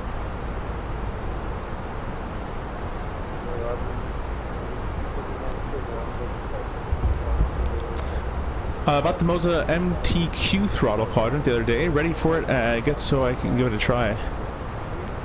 Oh, okay. Is that the 271, read back correct. is that like the 737 like Airbus style ones, or like the mini ones? I felt them at the EXPO. They look pretty robust. Justin's welcome. Thanks for stopping by. The Boeing one, yeah. For it as well. Sweet, that looked pretty cool. Hope you enjoyed them. Level 410. Hope to see you at the next EXPO as well in June over in Mini. I'm pretty good, not bad. I'm starting my vacation. Started today. I started yesterday technically, and November 761 Charlie Hotel, Southfield altimeter. Don't have to work till the 25th. I'm gonna do a bit of a getaway, and that's about it. Should be a pretty nice week, hopefully.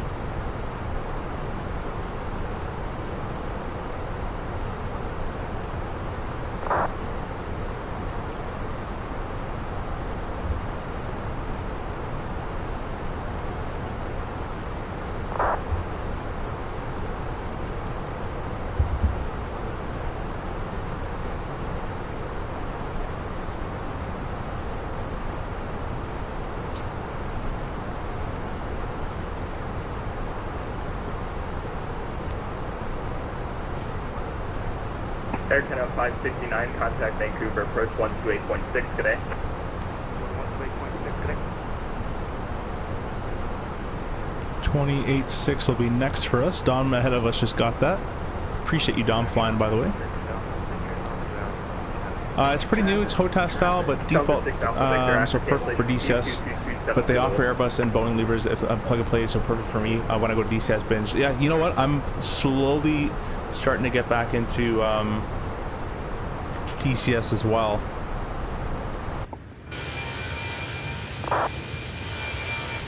Oh, lag is starting to set in for reasons unknown. Correction. Empire 350. Hold a short runway 16 left. Empire 350, runway 16 left, over takeoff. Just takeoff 16 left, Empire 350.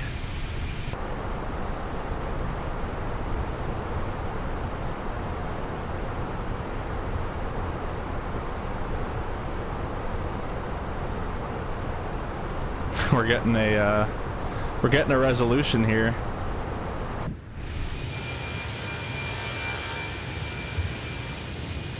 I don't see him though.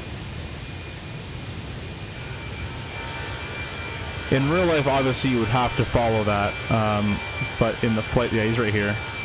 In flights, and those resolutions are quite broken. Like, there's no collision happening here. If I actually descend, it puts me into that.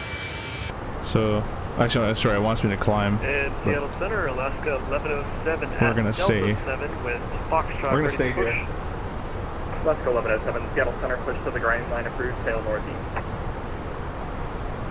Push to the green line approved, tail northeast, Alaska 1107. What we'll do is put our cost index up. We'll get a little bit faster.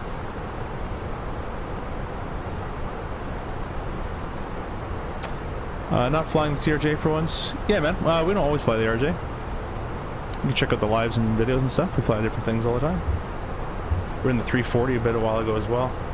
Yeah, Harris, if you get into DCS as well, let me know. I'm going to pull out all my DCS stuff I got. And, I used to play it for about 9 years, but just kind of stopped caring.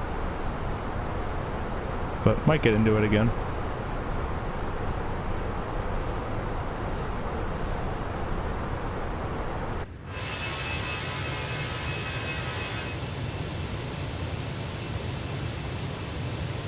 I think that's Cooper right now. Cooper is also live streaming. He's pinned in the live chat. That's him right there, I believe.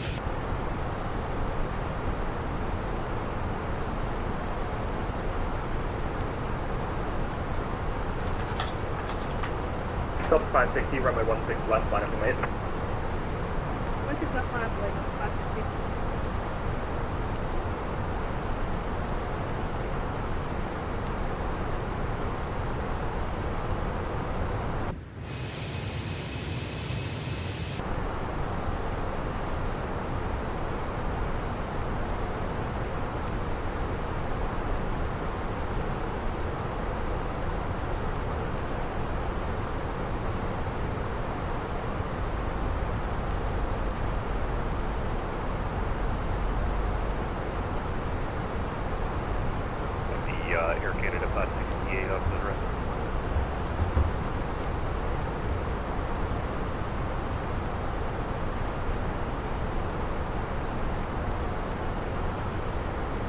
Delta 1473 to send via the Hawk 8 arrival, heading south, Seattle altimeter 2955. 2955, landing south, Hawk 8 arrival. Delta 1473 heading. My game is chugging right now. I might have to go turn on DLS 3 times.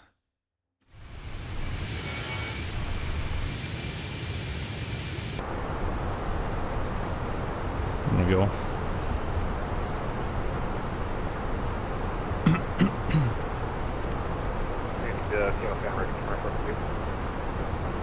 Section 2458. I'd like to do that to the left 360. Section 2458. Yeah, top speed is legal. I never said it wasn't. It's just in the sim, the TCAS gives me a resolution because it's broken in the sim. Empire 350, radar contact to altitude. Yeah, Harris, I love the A10, bro. That was an awesome one. I used to fly them all. Empire 350. Except for the World War II stuff, I didn't care about those with the trainers. Left direct pain VOR. Fire. Yeah, so I heard that. It said I was teaching Flare on Q or something like that. It was funny.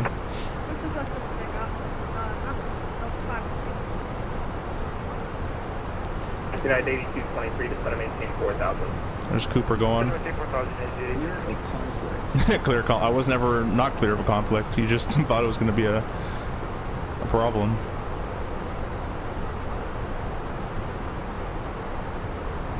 Yeah, the TCAS in the SIP is a little busted, but I think that's been reported.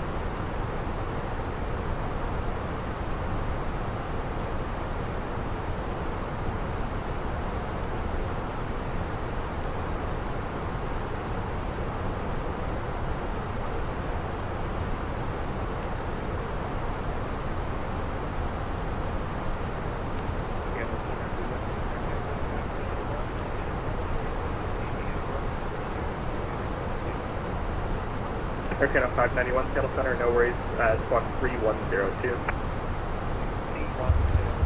I appreciate you guys all stopping in, becoming channel members and subscribing and all that great stuff. Really appreciate you, especially if you guys want to save some money as well. Be sure to go look at the description. We have a lot of discount codes with Pimax, ProDesk Sim, all sorts of stuff with Contrail, so be sure to go check out the description as well to save some money on any flights and products you might have wanted. There was some leaked meeting with the CEO of Eagle Dynamics I watched, and it left a bad taste in my mouth. I was thinking the game is perfect in the Cold War. I don't know how they're going to make the F-35 work. Dude, the 35 is going to be so dumb. I don't know why they're making that. There's a great Cold War Germany map, but only 3 servers. Yeah, so this is the problem with DCS. I'm going to lay out my frustrations with it, and they're probably the same as yours. DCS is a one-trick pony, and it always has been. The only fun thing you get with DCS is learning how to fight and fly the airplane properly. Once you've learned that, DCS is the most boring game, sim, whatever you want to call it, ever. You go from learning the airplane, flying the airplane, fighting the airplane properly, to joining a squad and doing missions and blah, blah, blah, blah, blah. And it comes to a point after 7 to 8 years where you've flown everything, you fought everything to what it can do. You may have even become an instructor in that squad or whatever. You've done all the private missions, which also ended a fatal error half the time because the servers suck. And, you know, there's only so many times you can kill something a certain way. And once you can kill, you know, anything with an A10 gun and get away with it and flare chop it all off, there's really nowhere else to go in the game. So they need a progressive campaign. Go ahead at 568. Circuit 568, cross egret at and maintain 12000, the Vancouver altimeter 2951. Egret 12000 and 51, kind of 568, thanks. United 8223, turn left heading 190. Okay, 12000, my game is heavily stuttering right now. I might have to turn that back to, not that. Turn that back to that. Turn that back to that. And turn the rate trace shadows back off. United 8223. All right, let's do laser. Turn left heading egret. 130. 12,000. Established. Cleared ILS runway 10. Correction, RNAV Yankee runway 10 left the bridge. Top of descent reached. 1.5 miles. Let's do it. It's gonna need some spoiler most likely. You're 50 miles from Blazer. Left 130. 4,000. Drag required. Cleared RNAV Yankee 10 left the bridge. So, but that's my biggest thing with DCS is once you've played for 8 to 9 years, you've flown all the airplanes, Hornet, you know, Viper, Tomcat, A-10, World War II stuff, all the helicopters, which is myself and a lot of my buddies have done it, where you get very proficient in almost everything and you can just kind of switch around. You've realized that it's just a takeoff, shoot, land game, and that's all you have to do. And there's no real point, there's no real objective other than just playing with some friends and shooting some stuff down. It's kind of what it is. So I really wish they'd come up with like an AI-driven campaign that actually constantly gets affected by your movements, and you get there's progression either forward or retreating, kind of like BMS has. So they really need that in DCS because the simulation aspect is there. It's the gameplay which is so boring. Or if they can have real troops on the ground, like real players, and you're an A-10 defending those real players or an Apache or something, that would make it so much more fun. But it's just everything you do in that game is just pointless. There's no point to do it. You're supposed to start teaching flares on Q. Yeah. So I was just trying to keep the rhyme. Let's see. It's all good. I appreciate it. That's funny though. American 2458 cross egret. Been getting sim freezes right before top of center near my destination now. How do I fix that? Sim freezes? It might be. You might have an airplane set to pause at top of descent. I would check the tablets in the FMS to make sure it's not set to pause at top of descent. I am. I just forgot about it. Exactly, and the lack of any sort of dynamic campaign makes the thing so repetitive and can only play multiplayer campaigns so much. Exactly. Yeah. Yeah.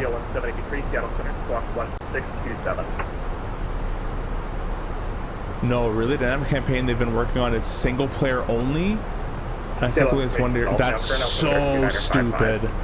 They're so stupid. Like we're going some clouds here, guys. SAT is still -40, so there's no icing risk right now, but we'll watch that out. But yeah, that's really, really dumb.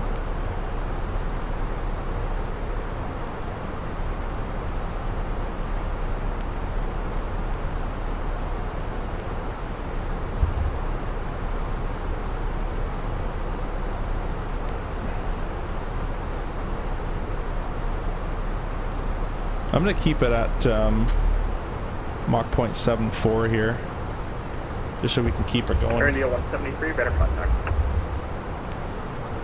The CEO is very out of touch from what I've watched. If you use it more as a virtual museum than something in Challenge BMS, yeah, I've never aligned with what they've done in DCS.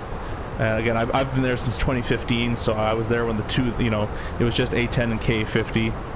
We're below the minus here. Let's go ahead and grab our wings and cowls on. And they used to push out updates every 2 weeks, break the game, and all sorts of dumb stuff. But luckily, they fixed that. So it has the problem with DCS is there's so much potential, but unfortunately, it's just completely mismanaged, in my opinion.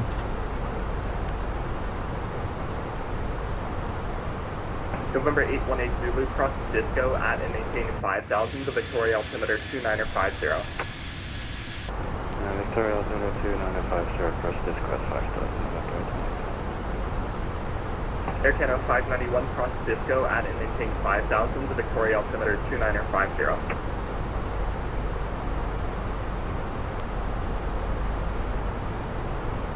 He said 5-1 to us, so we'll put that in our standby for later. Air Canada 591, Seattle Center. Air Canada 591, cross Disco at and maintain 5,000, the Victoria altimeter 2950.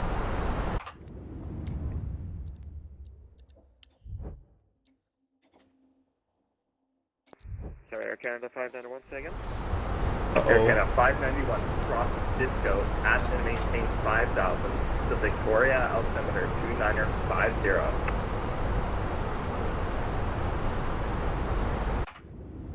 Sorry guys, I'm just trying to fix these settings. This game is absolutely trash. Can't run on a 5080 apparently. Especially as it relates to World War II aircraft, but I can see that being a thing across other models, yeah. 390, Yeah, it's quite unfortunate. There's a lot of potential in that game. 2713, we're back to saddle. Roger, back. That's an Aerosmith song. Back in shadow.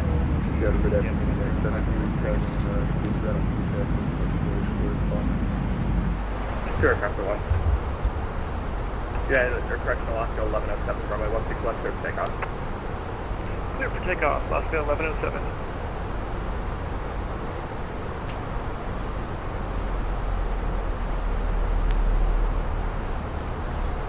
Either way, but on X-Wing 12, Ryan, the Field 747 might be my most favorite aircraft. 591, cross disco. That 7.4 looks incredible. I just don't want to get X-Wing for it. 2950. Winglets or sharklets? Like my opinion, I think the sharklets look cooler, but I'm not sure which one's better beneficial. I assume the sharklets are probably more beneficial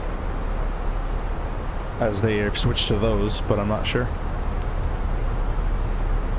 Descent 74 Foxtrot, descent of pilot's discretion, maintain flight level 230. When ready, then maintain flight level 230, John 74 Foxtrot.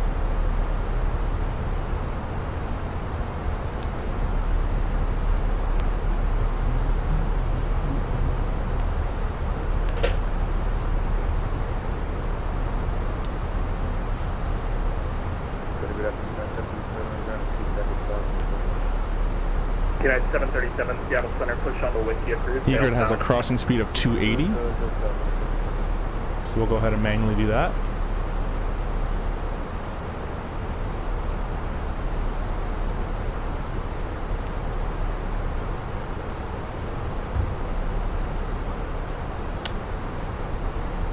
Alright guys, well for the time being we're through all the soup, so we can turn all our anti-icing systems off for the time being. Air Canada 568, contact Vancouver, approach 128.6 today. 286, Air Canada 568, have a good night.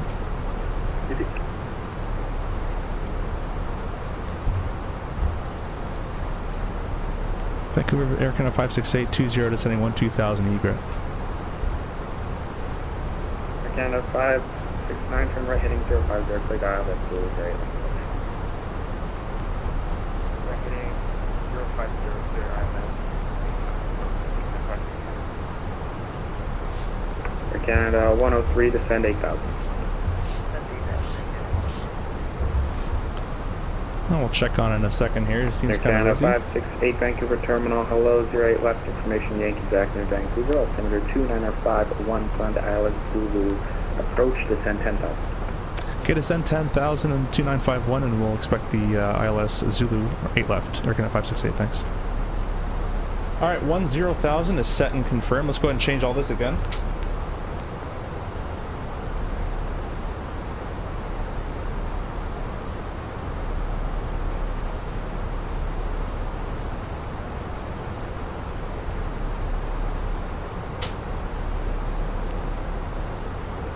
Make sure we click the Zulu.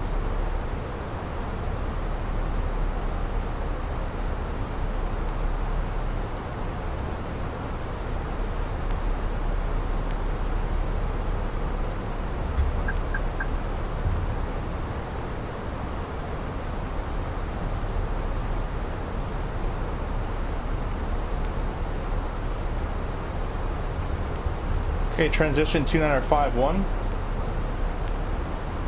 Canada 10-3, descend 4,000. Alrighty.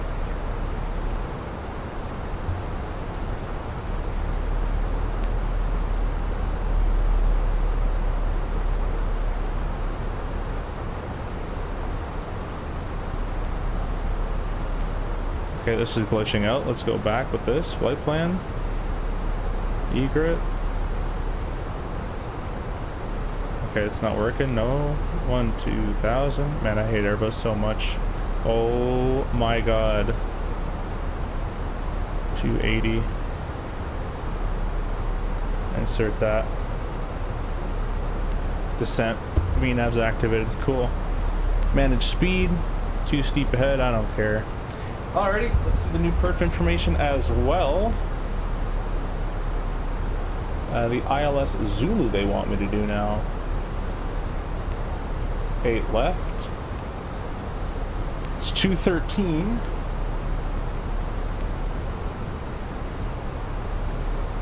On the barrel mints. More drag. Everything else can stay the same. That's okay. And the RadNav should be tuned to 1055. 1055 ITL, of course, is 084.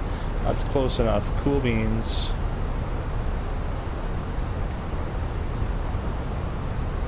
Let's go ahead and turn the cameras on for you guys. 10 to 569, contact tower 118.7 today. And let's go ahead and throw our wings and cowls back on. 18.7 he says for the tower. Let's go ahead and get that guy up and ready to go.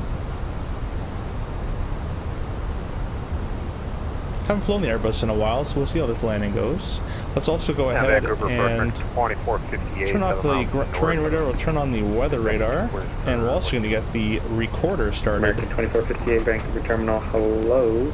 08 last information, Yankees active in Vancouver, altimeter 2951, plan to ILS Zulu approach. Nothing really to talk about there, we'll turn that back on. We'll send down to 10,000, plan for 8 left in Zulu, and we're expecting our touchdown. We're going to be right after the next ATIS release, unless you guys are able to get that sooner. Doesn't matter, Cooper. 58, yeah, just I'll advise if I did ATIS change to you. 2458. It's VFR, Cooper, who cares? Canada, 103 vectors for a fine, I'll turn left heading 170. I joke. Well, we are showing light rain, overcast 500, and it's typical Cat 1 weather, so that'll be okay. We got a visibility restriction on this guy of RVR 12, 2600, but certified operators like Air Canada is can go down to 1200 RVR on a Cat 1 ILS, so we're more than fine on the weather tonight. No big worries about that.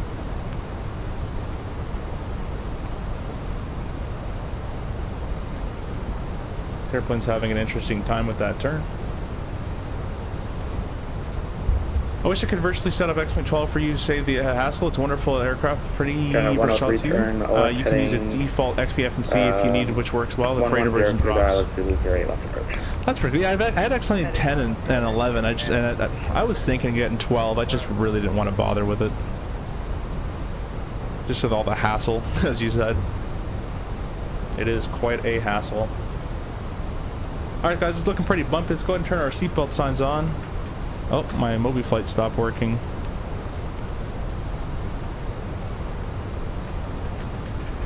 Well, that's great. I guess we'll do it like that.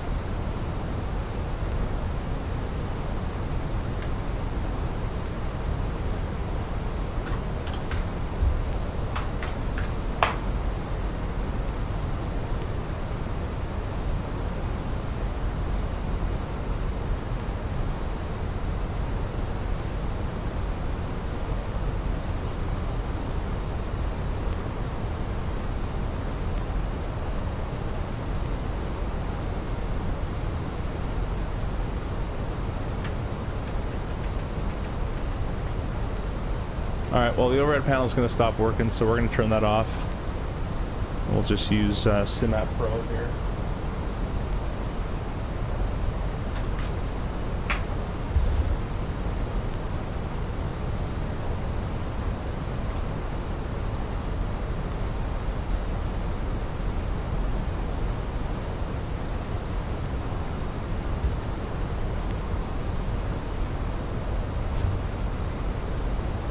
Canada 103, contact Vancouver Tower 118.7 today. 118.7.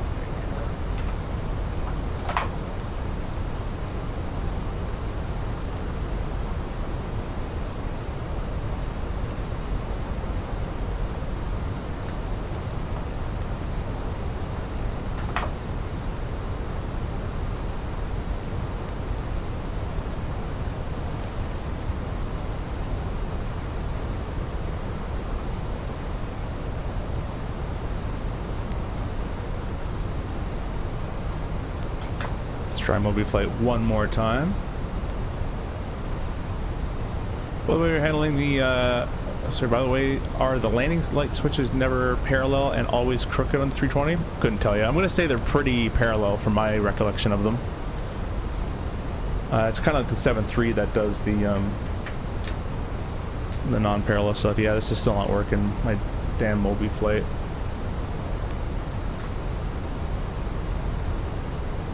Let's try maybe starting it as administrator mode. It was working earlier today. I don't know what happened to it.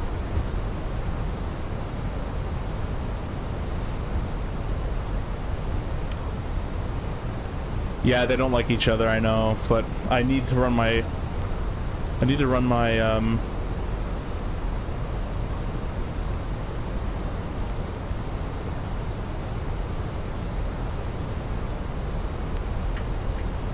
overhead panel, but I can't, so we're just going to close that. We're going to close SimMap Pro, and we're going to reopen SimMap Pro. We're going to leave Moby Flight closed for the time being. So it's a big issue to run the autopilot panel, the overhead panel, which is made by Rosefire, which is made on using Moby Flight, and anything using Winwing becomes a problem with that after. So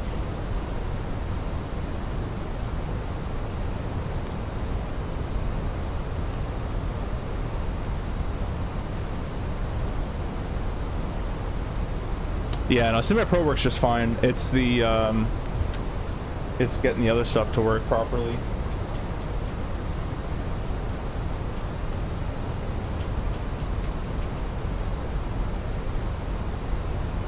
That has been the struggle.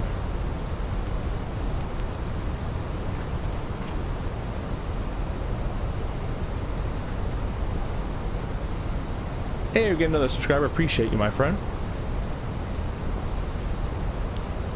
We're still in the soup, and it's still +7, so we got the anti-ice all running and working what they're supposed to be doing.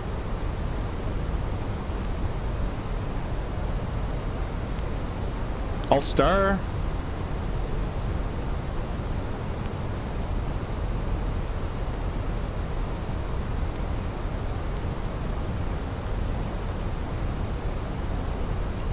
Well, I'll just get the 10,000 stuff done now. Our Canada 568, descend 3,000 unrestricted. Down to 3,000 unrestricted, Air Canada 568, thanks. Alright, let's go. 3,000, open descent, 250 knots. Usually when they give you an unrestricted like that, they're going to give you a pretty quick turn-in. So with no one in front of us, I'm going to use max spoiler here as well. And we're going to drop down as fast as we can and try to take advantage of that early turn that we're most likely going to get.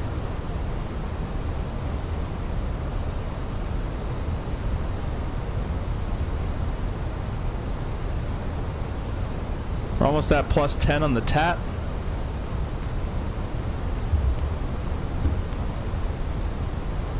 You can use Axis and O's. It doesn't conflict with SimMap. Okay, cool. Yeah, the Rosefire comes pre-mapped, unfortunately, with Moby Flight, and I do not want to go and map all that garbage. I mean, I might have to, but I really don't want to.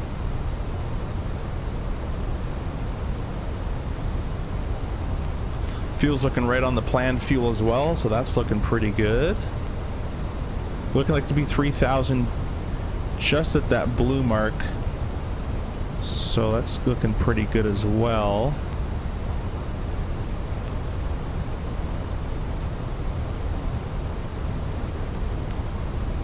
Not what I wanted to do.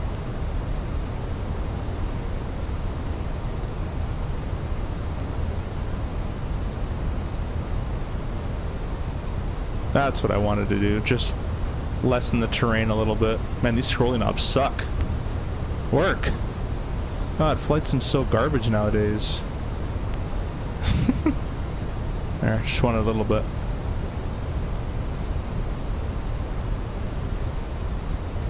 So what we're gonna do is we're gonna get rid of our spoiler, put it to halfway spoiler, and that way it'll have a reduction in drag and most likely have to, or I'm gonna have to nose up to hold that 250 knots that I want. And we're gonna try to push this to about there. And that's about it. Let's see, we're at 15 degrees. All the icing can come off. Don't need that anymore.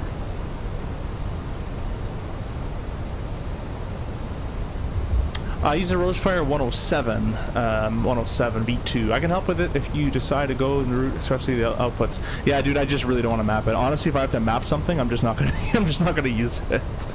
I hate mapping stuff. I'm done. All my mapping happened with DCS. I'm over it. I appreciate that though.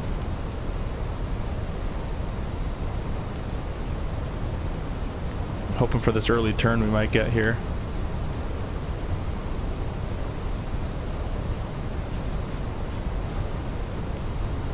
Slowing 210 for the next restriction coming up.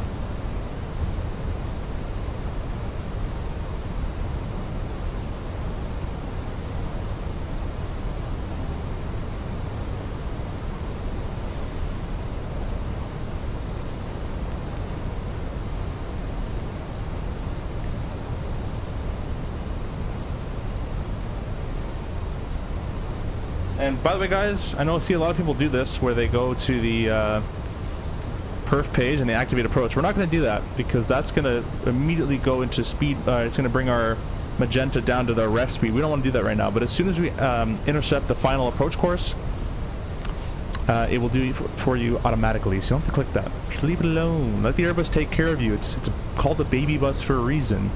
The pilots are babies, so just sit there and let the airplane take care of them. I'm joking. I'm gonna eat my words one day, but I'm just saying, let the airplane take care of it for you. You don't have to click it. You don't have to work too hard. Alright, just leveled at 3,000 feet. And I expect a heading turn around NACMA for the most part.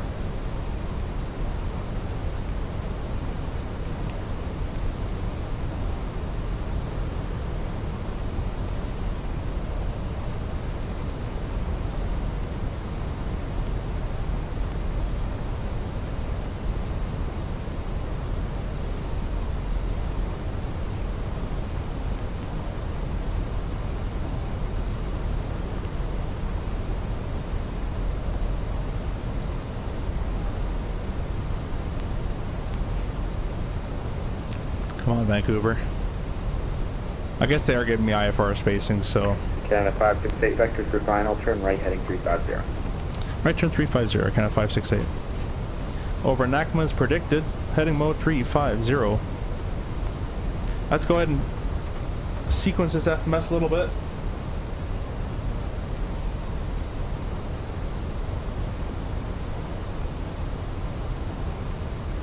ECAM radial in, intercept or insert. We're gonna keep it in heading mode though, and I'm not gonna let it arm itself. We'll go flap one.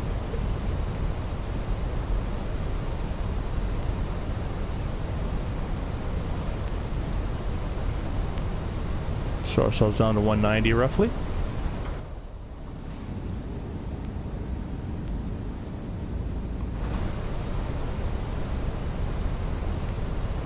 She's looking pretty.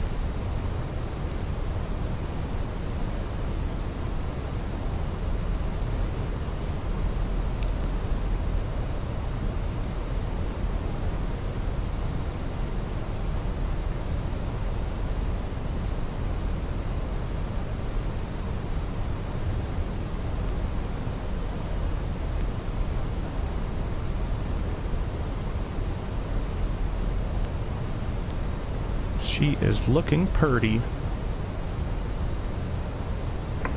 Canada 568 turn right heading 060 clear the ILS Zulu 08 left approach. Right turn 060 cleared the ILS Zulu 8 left approach, Air Canada 568. Okay. Approach mode low, glide slope arm. Spoilers are armed, flap 2. Correction, American 2458 descent 3000 unrestricted. 3000 unrestricted 2458.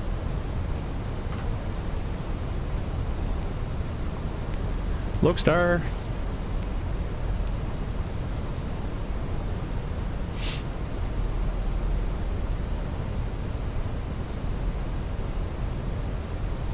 It's going to pass over to tower any second here. And low captured.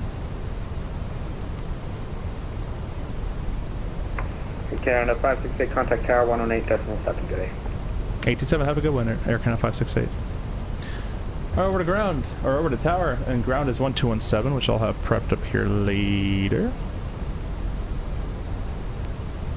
There's 1217 for later, which you're not. Real world, I wouldn't do that. I would keep the guy we were just on, because if you have to go missed, you want him there ready to go. But anyways, tower Canada 568 ILS Zulu 8 left. Air Canada 568 Vancouver Tower. Good afternoon. Wind 0708 knots. Clear land or noise 08 left. Clear land 8 left. Air Canada 568. All right, guys, we're clear to land. Glid's up alive.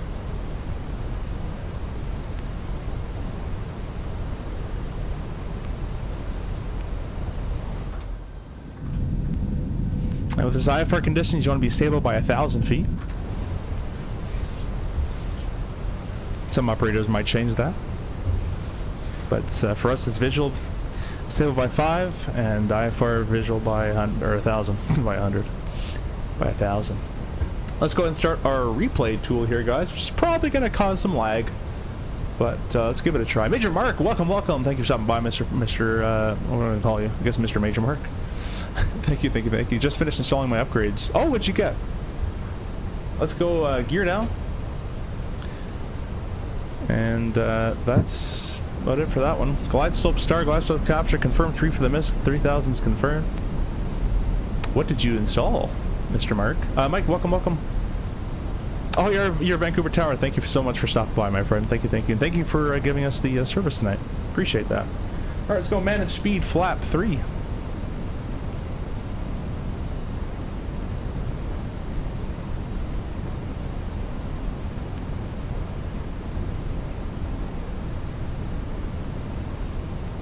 We are cleared to land. Might as well throw everything on. Why not?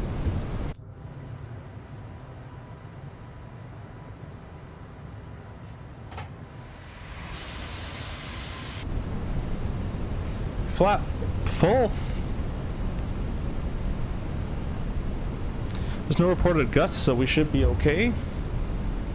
Got it configured a little early, but that's okay.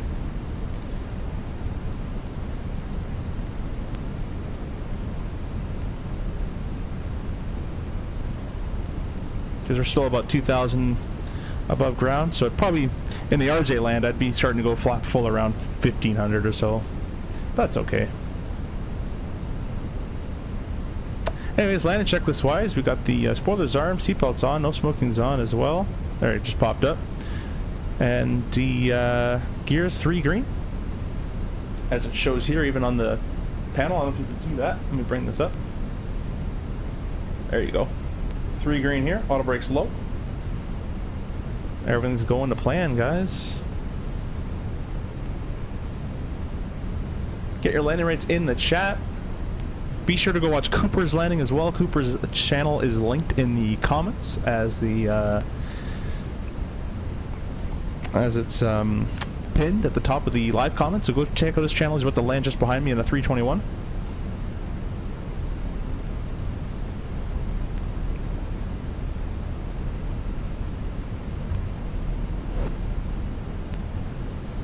You guys see the joystick there? Let me move the camera a little bit.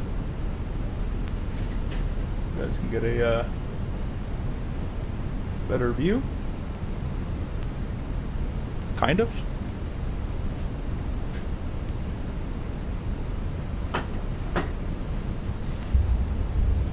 So you got 14 knots off the right. Still no visual in anything. That's okay. And I did check it. I should have said it because I was fixing the camera, but it was on red at 2030 ILS 08 left. So we're all set up and ready to go. 1,000. Check stable. Oh, look at that little bit of a wind shear there. That's the normal Microsoft shear that happens at 1,000 feet. It's probably going to be another one at 300 feet. We got 14 knot wind changed to a 4 knot wind on the nose. Starting to see some stuff underneath us. That's pretty good. Runway lights and pappies are in sight right there. Autopilot's disengaged.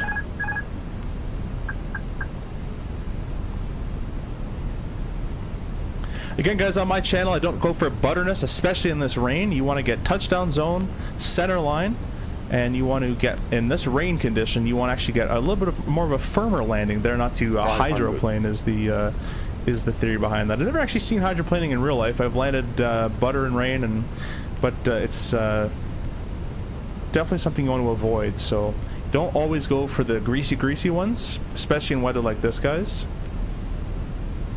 Centerline touchdown zone is what you want. Also, the PAPIs in Flight Sim are so sensitive. They aren't that sensitive in rural. The glide slope as well is a little sensitive. We're landing. 100. I'm just visual on the aiming point that I want.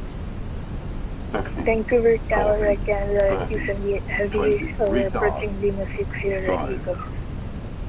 Air Canada 278 Heavy, Vancouver Tower. Contact departure on 132.31 airborne. Wind 0. Come on, nose. Come on, nose. I didn't pull you that much. Reverse green. Man, these airplanes have so much lift out of nowhere. There's decel coming through 80 knots. We're just an idle reverse, guys. No need for anything more. Now, auto brake slow. Gonna go manual braking. And the reverses are cut out. We're gonna take this exit here. Let's get below. Vancouver Tower, FSO 1234. Taking Mike 3. Holding Poi Lima 6. Ready for departure, 0 right. So mumbled. I'm gonna stop our recording there, guys, so the replay is saved. Hold short, Lima 6. Hold Lima 6, I transfer. Get a notepad out so I can type anything he's gonna tell me here. Air Canada 568, welcome to Vancouver. Contact ground 121.7 CM. 217, thank you for the service, Air Canada 568. See you in the next one. Alright, it's coming to a stop here, guys. Casey needs me to turn in some random direction. There's Vancouver ground. Ground Air Canada 586, clear in Mike 3. I think that was 68 actually. 568, welcome to Vancouver. Oh, well. The gate line? No gate assigned, whatever you'd like for us, 568. Air Canada 568, taxi gate 76 via Mike Sierra. Gate 76 via Mike Sierra, Air Canada 568, thanks. Alright, Mike Sierra, well, pretty much straight ahead, so that's pretty good. 565, continue taxi, Juliet, Lima. Got our flaps up. Cross runway 13. Disarm our spoiler there. So much nicer with all the physical Winwing gear, guys. It just immerses you right in the simulation. So we're gonna cross Mike. Mike is, whoa, a little bit of lag. Mike is this one here, the one that runs left to right. And Sierra is that one just in there. Major Mark said, I got a Ryzen 9900 X3D Asus X870E motherboard and a 1590. Dude, you were done with lag. You said, screw you, Microsoft, and gave them more money. No, I'm joking, but you said, screw them, and you got yourself a beast of a PC. There's 76. We're going to take, we're not going to take 76 Alpha, we're just going to take 76 regular. Let's go ahead and start up the APU. Now turn tax slate off. The crew would be in sight at this point. Trying to see if I can get a view of Cooper's landing. Let me quickly park up and then I'll try to get a view of Cooper here.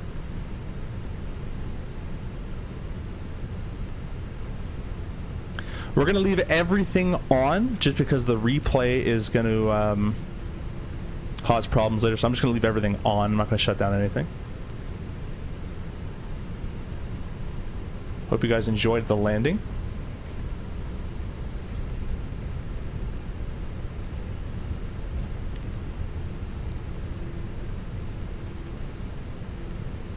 These brakes are either nothing or everything, but anyways, that's good enough for me.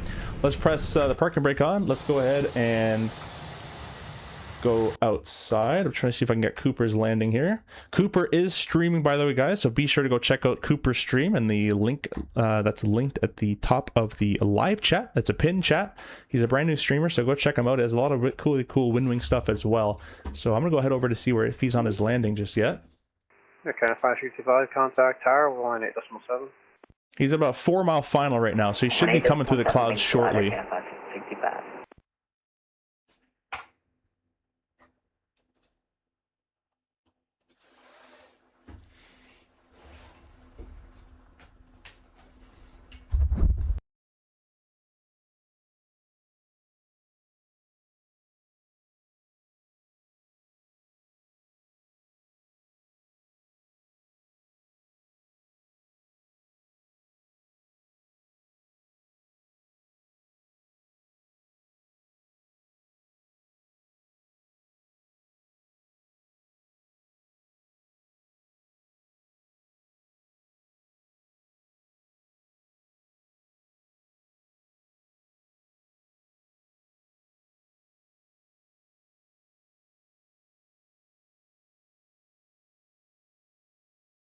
Sorry, my mic is muted there. What's going on, Mr. Justice? Thank you for stopping by. We just landed in Vancouver, and we're watching Mr. Cooper's stream. Cooper's the channel that's linked at the top of the live chat. One of my buddies who just started streaming, we're watching his landing, and we're about to do a replay on my landing as soon as he's down and clear. There he is coming into view, is a American 321.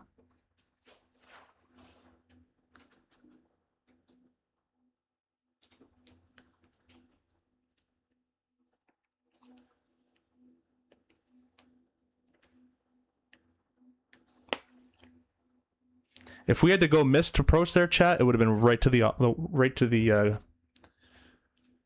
alternate. We had on our min fuel there.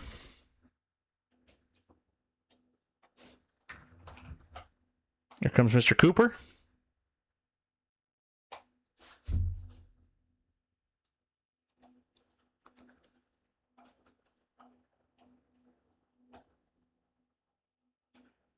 Not bad. Got her down right in the lines.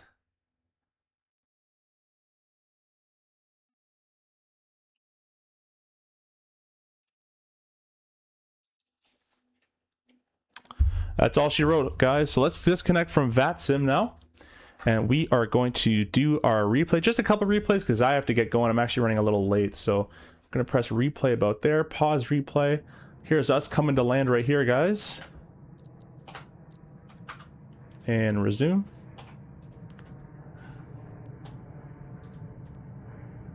Nicely coming down in the flare. Little fix to the nose. Touchdown. Right there with that that nose came back up, I did like the slightest of pressure. You can go back and watch and review what I did there. The smallest of nose up pressure, and it caused like a huge elevator deflection, I guess. But I don't know. Maybe it's an Airbusy thing. Oh, that's my buddy. I don't know why my channel or my name don't say JD anymore. Oh, that's weird. Well, hi, JD. Thank you for stopping by.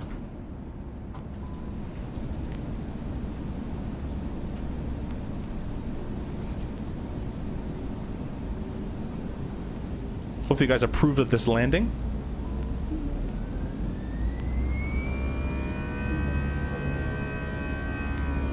Don't know why I did that, but I'm moving my throttles back because I think it's affecting the replay there.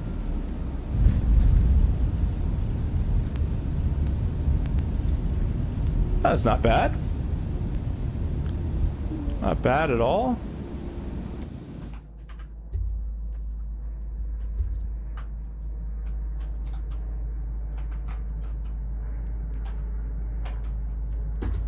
Do a couple more replays, guys, and then I'm gonna have to call it a day, unfortunately. But we will be streaming again after my vacation. The laggiest replay of all time here. Oh, I can't keep up. Can't keep up. Wait. Stop.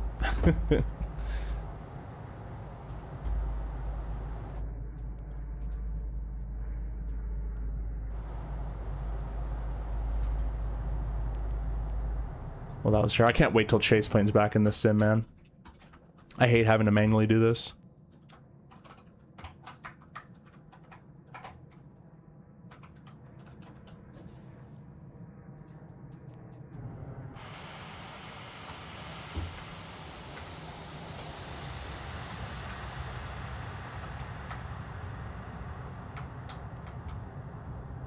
Beautiful touch.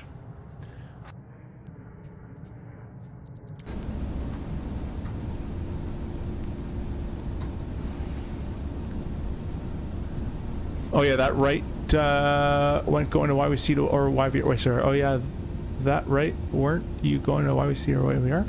Oh, we went to YVR. Yeah, we just landed in Vancouver. I'm gonna put the flaps down for you guys so the replay. I mean, the replay lag is insane right now, so might not be a point to even doing any more replays. So we're gonna call it there, guys. This sim runs like absolute baloney. We're gonna end it there, guys. I hope you guys appreciated the stream today, and I hope you liked it. Please press the like button if you did, and thank you to all the subscribers who came and subscribed to me and my buddy Cooper. Thank you to the channel members and channel